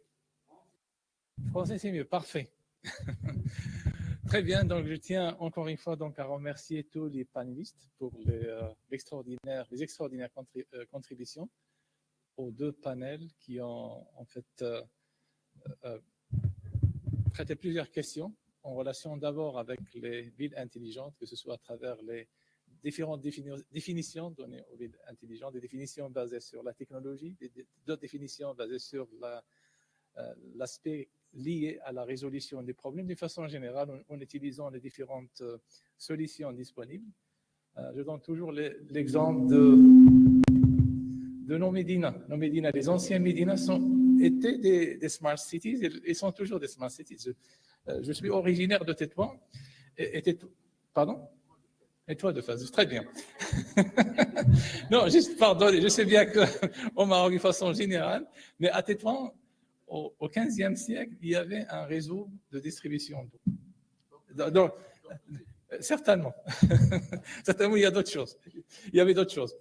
Donc, en fait, ce sont des exemples simples qui montrent l'ingéniosité et l'intelligence des gens à l'époque qui ont trouvé des solutions technologiques à l'époque pour répondre à des besoins, pour résoudre des problèmes sociétals. Et les solutions ne sont pas forcément de nature technologique. Si on prend par exemple la cybersécurité, vous avez plein de technologies qui sont mises donc à la disposition des utilisateurs des solutions Internet pour sécuriser les différentes plateformes. Vous avez des firewalls, des antivirus, etc. Mais il y a aussi la dimension humaine qui est importante dans la cybersécurité. Donc, la formation, les valeurs aussi. J'ai parlé tout à l'heure des valeurs. Donc, parfois, la solution peut être vraiment très simple. Donc, il suffit tout simplement de revenir aux valeurs, voir un petit peu comment les intégrer en tant que dimension pour améliorer, si vous voulez, le cadre général de vie des citoyens dans une ville ou dans une communauté. Si on prend, par exemple, la mobilité urbaine, je sais bien qu'au niveau de Casa, c'est un big challenge, c'est un grand défi. Donc, la solution ne réside pas uniquement sur la technologie. On peut mettre plein de caméras, on peut mettre plein d'algorithmes basés sur l'intelligence artificielle, mais ça ne va pas résoudre le problème au niveau de Casa, ni au niveau du Caire ou d'autres méga cities, des grandes villes. Donc, certainement, il y a d'autres approches. On regarde aussi le volet Smart Cities, ville intelligente. Donc, il est constitué de plusieurs dimensions. Et il y a une corrélation entre les différentes dimensions. Donc, on peut certainement améliorer une dimension donnée en jouant sur d'autres dimensions. Si je prends par exemple la mobilité, pour améliorer la mobilité, vous remarquez par exemple pendant le week-end et les jours fériés, vous pouvez circuler beaucoup plus facilement dans la ville de Casa. C'est-à-dire si on joue sur cet aspect-là, par exemple, en intégrant la dimension Smart Education, qui n'est pas forcément basée sur le présentiel. C'est-à-dire si on garde les enfants chez eux ou en mode hybride, ça va diminuer, si vous voulez, le stress sur la circulation, d'accord? C'est une autre dimension. Sur la pollution, sur la qualité de vie dans la ville. La même chose pour le travail. On parle aujourd'hui de Future of Work, le futur du travail. C'est une initiative du Bureau international du travail des Nations Unies qui a été lancée, ça fait pratiquement plus de 6 ans, plus qu'une dizaine d'années comme ça. Donc, si on développe aussi des plateformes qui favorisent le travail à distance, c'est aussi une autre dimension qu'on peut, juste pour vous donner un exemple très simple, qui montre l'impact très important des différentes dimensions, si on peut jouer sur les différentes dimensions pour arriver à la fin donc à une solution très bien optimisée qui va faire sentir aux citoyens une meilleure qualité de vie, si vous voulez, par rapport à la mobilité ou par rapport à d'autres dimensions de la ville. Voilà, on a vu aussi au niveau du premier panel différentes expériences à travers de ce qu'on appelle des living labs, c'est-à-dire que la ville peut être considérée comme étant un laboratoire vivant, c'est-à-dire qui implique les différents acteurs de la ville. Il ne s'agit pas uniquement d'un laboratoire isolé dans une université, ici à l'Université Hassan II ou Hassan V. Il faut certainement impliquer les différentes parties prenantes, la société civile, les autorités locales, les élus, les industries. Dans une approche participative et holistique, on peut arriver à co-construire des solutions qui peuvent être vraiment très bien adaptées à la ville. Il ne s'agit pas aussi d'importer des solutions et de peut-être les appliquer. Ça ne peut pas réussir à tous les coups. D'accord ? La ville de Berkane, c'est un exemple de Living Lab qui n'est pas déclaré d'ailleurs, et qui a une forte leadership. Le cas de la ville de Berkane, je crois que c'est un cas extraordinaire. C'est case study au niveau international. D'ailleurs, j'ai été impliqué de façon indirecte dans la compétition internationale où ils ont participé. Il y avait une centaine de villes des 5 ou 6 continents. Donc, la ville de Berkane a été la ville qui a eu le plus grand score. Il a été jugé, évalué par un jury international d'experts sur la base d'une grille d'évaluation de l'OCDE. Vous savez bien que l'OCDE, c'est un organisme international réputé qui est en fait très actif dans le domaine des d'évaluation des politiques publiques d'une façon générale. Il est aussi impliqué dans le domaine de l'éducation à travers le rapport sur l'éducation, le fameux rapport qui classe les pays selon le niveau de développement des systèmes éducatifs. Donc la ville de Berkane, c'est un cas qui est vraiment très intéressant. Malheureusement, il n'est pas bien valorisé. Donc même le prix n'a pas été médiatisé du tout au niveau national. Et je crois que c'est très important peut-être d'inviter monsieur le gouverneur, peut-être des gens, et même de visiter. Je crois, la ville de Berkane. On était vraiment impressionnés. D'ailleurs, on était avec Dr Kadiri dans un autre événement à Jamiat Akhawain, où il y avait un panel d'experts américains, européens. Ils étaient vraiment impressionnés par la présentation de monsieur le gouverneur sur les initiatives villes intelligentes au niveau de la ville de Berkane. D'accord ? Donc, pour Casablanca, on a essayé de faire des initiatives. J'ai mentionné tout à l'heure que Casablanca a été indexé en quelque sorte par I3E. I3E, c'est un organisme international qui travaille sur différents chantiers, sur différents domaines, notamment sur les villes intelligentes à travers la standardisation, la labellisation des villes intelligentes, l'accompagnement aussi à travers l'expertise, à travers aussi le conseil qu'il peut apporter à des villes intelligentes pour développer des initiatives, des stratégies aussi pour développer la ville intelligente. Je crois qu'on peut également travailler dans ce cadre pour la ville de Casablanca pour essayer de mettre en place un Living Lab dans la même optique, c'est-à-dire il faut impliquer les différents acteurs. J'aurais aimé voir ici, dans le cadre de cet événement, des acteurs d'autres acteurs de la ville, que ce soit les autorités locales, les industriels et autres. Et je crois peut-être pour la prochaine édition, pour un autre événement. Donc, parmi les recommandations qu'on a, en fait, il faut peut-être continuer dans cette dynamique. Peut-être on peut organiser un événement beaucoup plus important en termes surtout le temps qui a été alloué à l'événement n'était pas suffisant pour inviter plus d'experts, pour donner aussi le temps nécessaire aux experts invités pour développer leurs idées, pour présenter les différentes réalisations qu'ils ont au niveau de leur ville. Il y a aussi un autre aspect qui me semble très important, c'est l'implication de la ville à travers ses acteurs dans des réseaux internationaux. Nous avons plusieurs villes au Maroc qui sont indexées à travers plusieurs organismes. J'ai mentionné I3E, mais il y a aussi l'UNESCO. Il y a plusieurs programmes d'accompagnement de villes intelligentes. Nous avons déjà 3 villes qui sont indexées à travers le programme des villes apprenantes de l'UNESCO. Nous avons Benguerir, Chaoun, qui ont été indexées il y a 5 ans comme ça. Et dernièrement, il y a la ville d'Ifrane. Je crois que c'est important d'intégrer ces réseaux. Donc, ça permet de faire des échanges, d'apprendre aussi des expériences des autres, et aussi le transfert de compétences, et parfois même peut-être des financements. Il y a aussi des organisations qui peuvent apporter des financements pour certains projets, surtout pour lancer des pilotes par rapport à des applications données. Voilà donc en gros. Donc ça a été aussi dit tout à l'heure qu'on va mettre en place un groupe de travail au niveau de l'ENCG en partenariat peut-être avec les autres acteurs pour développer ces idées, pour voir peut-être comment développer l'écosystème d'abord de Casa pour qu'il soit vraiment un écosystème intelligent en intégrant les différentes composantes. On peut certainement impliquer d'autres institutions d'enseignement supérieur, mais également les autorités locales, les industries de la région, etc. Voilà, donc je ne sais pas si il me reste vraiment un point par rapport à l'éducation. Lorsqu'on parle de Smart Education pour la ville intelligente, il y a en fait 2 dimensions. Il y a 2 dimensions. On sait bien que l'éducation intelligente fait partie des dimensions de la ville intelligente. On parle de Smart Mobility, Smart Education, Smart Energy, Smart Water. Donc, vous avez plusieurs services, plusieurs infrastructures aussi au niveau de la ville qui ont ce label d'intelligence. Mais l'éducation permet également de contribuer au développement la ville intelligente elle-même. Donc, il y a une relation dialectique entre la smart education et la smart cities. Voilà donc en gros ce qu'on a essayé d'aborder et on reste ouvert bien sûr pour le futur, Inch'Allah, pour d'autres initiatives. Merci. Merci beaucoup, Monsieur Saïdi. D'ailleurs, cette conférence incarne même l'esprit de la Smart City ou du Smart World, peut-être, dans lequel nous aimerions évoluer peut-être plus tard.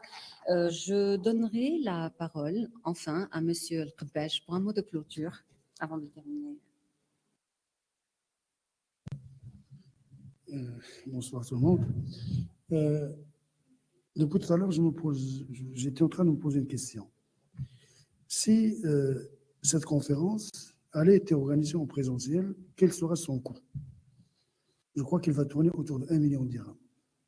C'est tout d'abord les avions, les hôtels, la restauration et le manque à gagner. Et le shopping, bien sûr, par rapport aux différentes interventions. Ce qui fait que ça serait un budget énorme. Mais aujourd'hui, grâce aux technologies de l'information, on a pu organiser cet événement avec un coût le plus faible possible. Et ça, c'est tout simplement la conséquence inéluctable des nouvelles technologies de l'information et de la communication. Donc, on est smart, on profite de notre intelligence aujourd'hui au niveau de l'ENCG Casablanca. Et ça, c'est un avantage concurrentiel qui est très important par rapport tout d'abord à l'université Hassan II et par rapport à l'ensemble des universités de notre pays. Mon deuxième point d'intervention concernant bien sûr cette relation qui vient d'être établie avec la Fondation Tamkin, c'est Kadil à la tête. Personnellement, je suis très heureux de cette nouvelle naissance qui certainement va profiter aux deux parties prenantes, à nous, même bien sûr en tant qu'établissement universitaire, également à la Fondation Tamkin, et principalement parce qu'on a un souci commun, c'est celui de développer tout ce qui est smart, tout ce qui est intelligent, tout ce qui est intelligence artificielle. Donc, je suis partant pour constituer ce groupe de réflexion entre votre fondation et le ENCG Casablanca pour qu'on continue à travailler et sur cette dynamique de faire de l'ENCG, de faire de l'université marocaine, de faire également du Maroc un pays intelligent et smart. Ma troisième question concerne principalement le métier d'enseignant. Je me demande quel sera notre rôle dans un futur proche. Est-ce que vraiment on aura besoin de professeurs pour enseigner? Avec chat GPT, je crois que la donne va changer. Et demain, peut-être, j'aurai besoin d'une photo d'un professeur pour enseigner. Seulement. La photo, je la mettrai sur l'écran et le GPT Smart Chat va faire l'affaire. Il va enseigner, il va répondre aux questions. C'est l'interactivité, c'est tout ce que vous voulez. Donc, on doit penser autrement notre futur, ça c'est important. Je crois que le débat est lancé avec cet événement, avec cette conférence, et on va lancer incessamment d'autres événements en collaboration avec Si Kadir, mais je lance également un appel à Si Sadi, étant donné qu'il est aujourd'hui à la tête d'un gros groupe universitaire privé, qui est le groupe MC, qui a une grande présence bien sûr au niveau national. On travaille ensemble, et universitaires privés, universitaires publics et la Fondation, pour faire un travail créatif, un travail de création de la valeur ajoutée, pour aller tout simplement de notre pays qu'on aime très bien en avant. C'est ça l'objectif, c'est de faire réussir le pays en tant que pays, bien sûr, émergent, qui fait beaucoup d'efforts au niveau de son développement. Et merci. Merci beaucoup, Monsieur Khabbaj. Voilà, merci à notre hôte, Monsieur Khabbaj, d'avoir permis que cette conférence se tienne ici dans cette école prestigieuse. Merci pour votre ouverture d'esprit. J'en ai déjà entendu parler et là, j'en ai la preuve. Merci aussi à Monsieur Kadili, à la Fondation Tamkin, d'avoir initié cette conférence et d'avoir rassemblé tout ce beau monde, que ce soit au Maroc ou des quatre coins du monde, pour ce partage d'expériences très inspirant et très instructif. J'ai moi-même beaucoup appris des différentes interventions, certainement particulièrement interpellées, et m'ont même rassuré quant à l'avenir de ce Maroc que je veux pour moi, pour mes enfants, pour mes compatriotes. Voilà, merci pour cette rencontre inspirante et espoir dirigée essentiellement vers un futur meilleur et accessible. Merci. صافي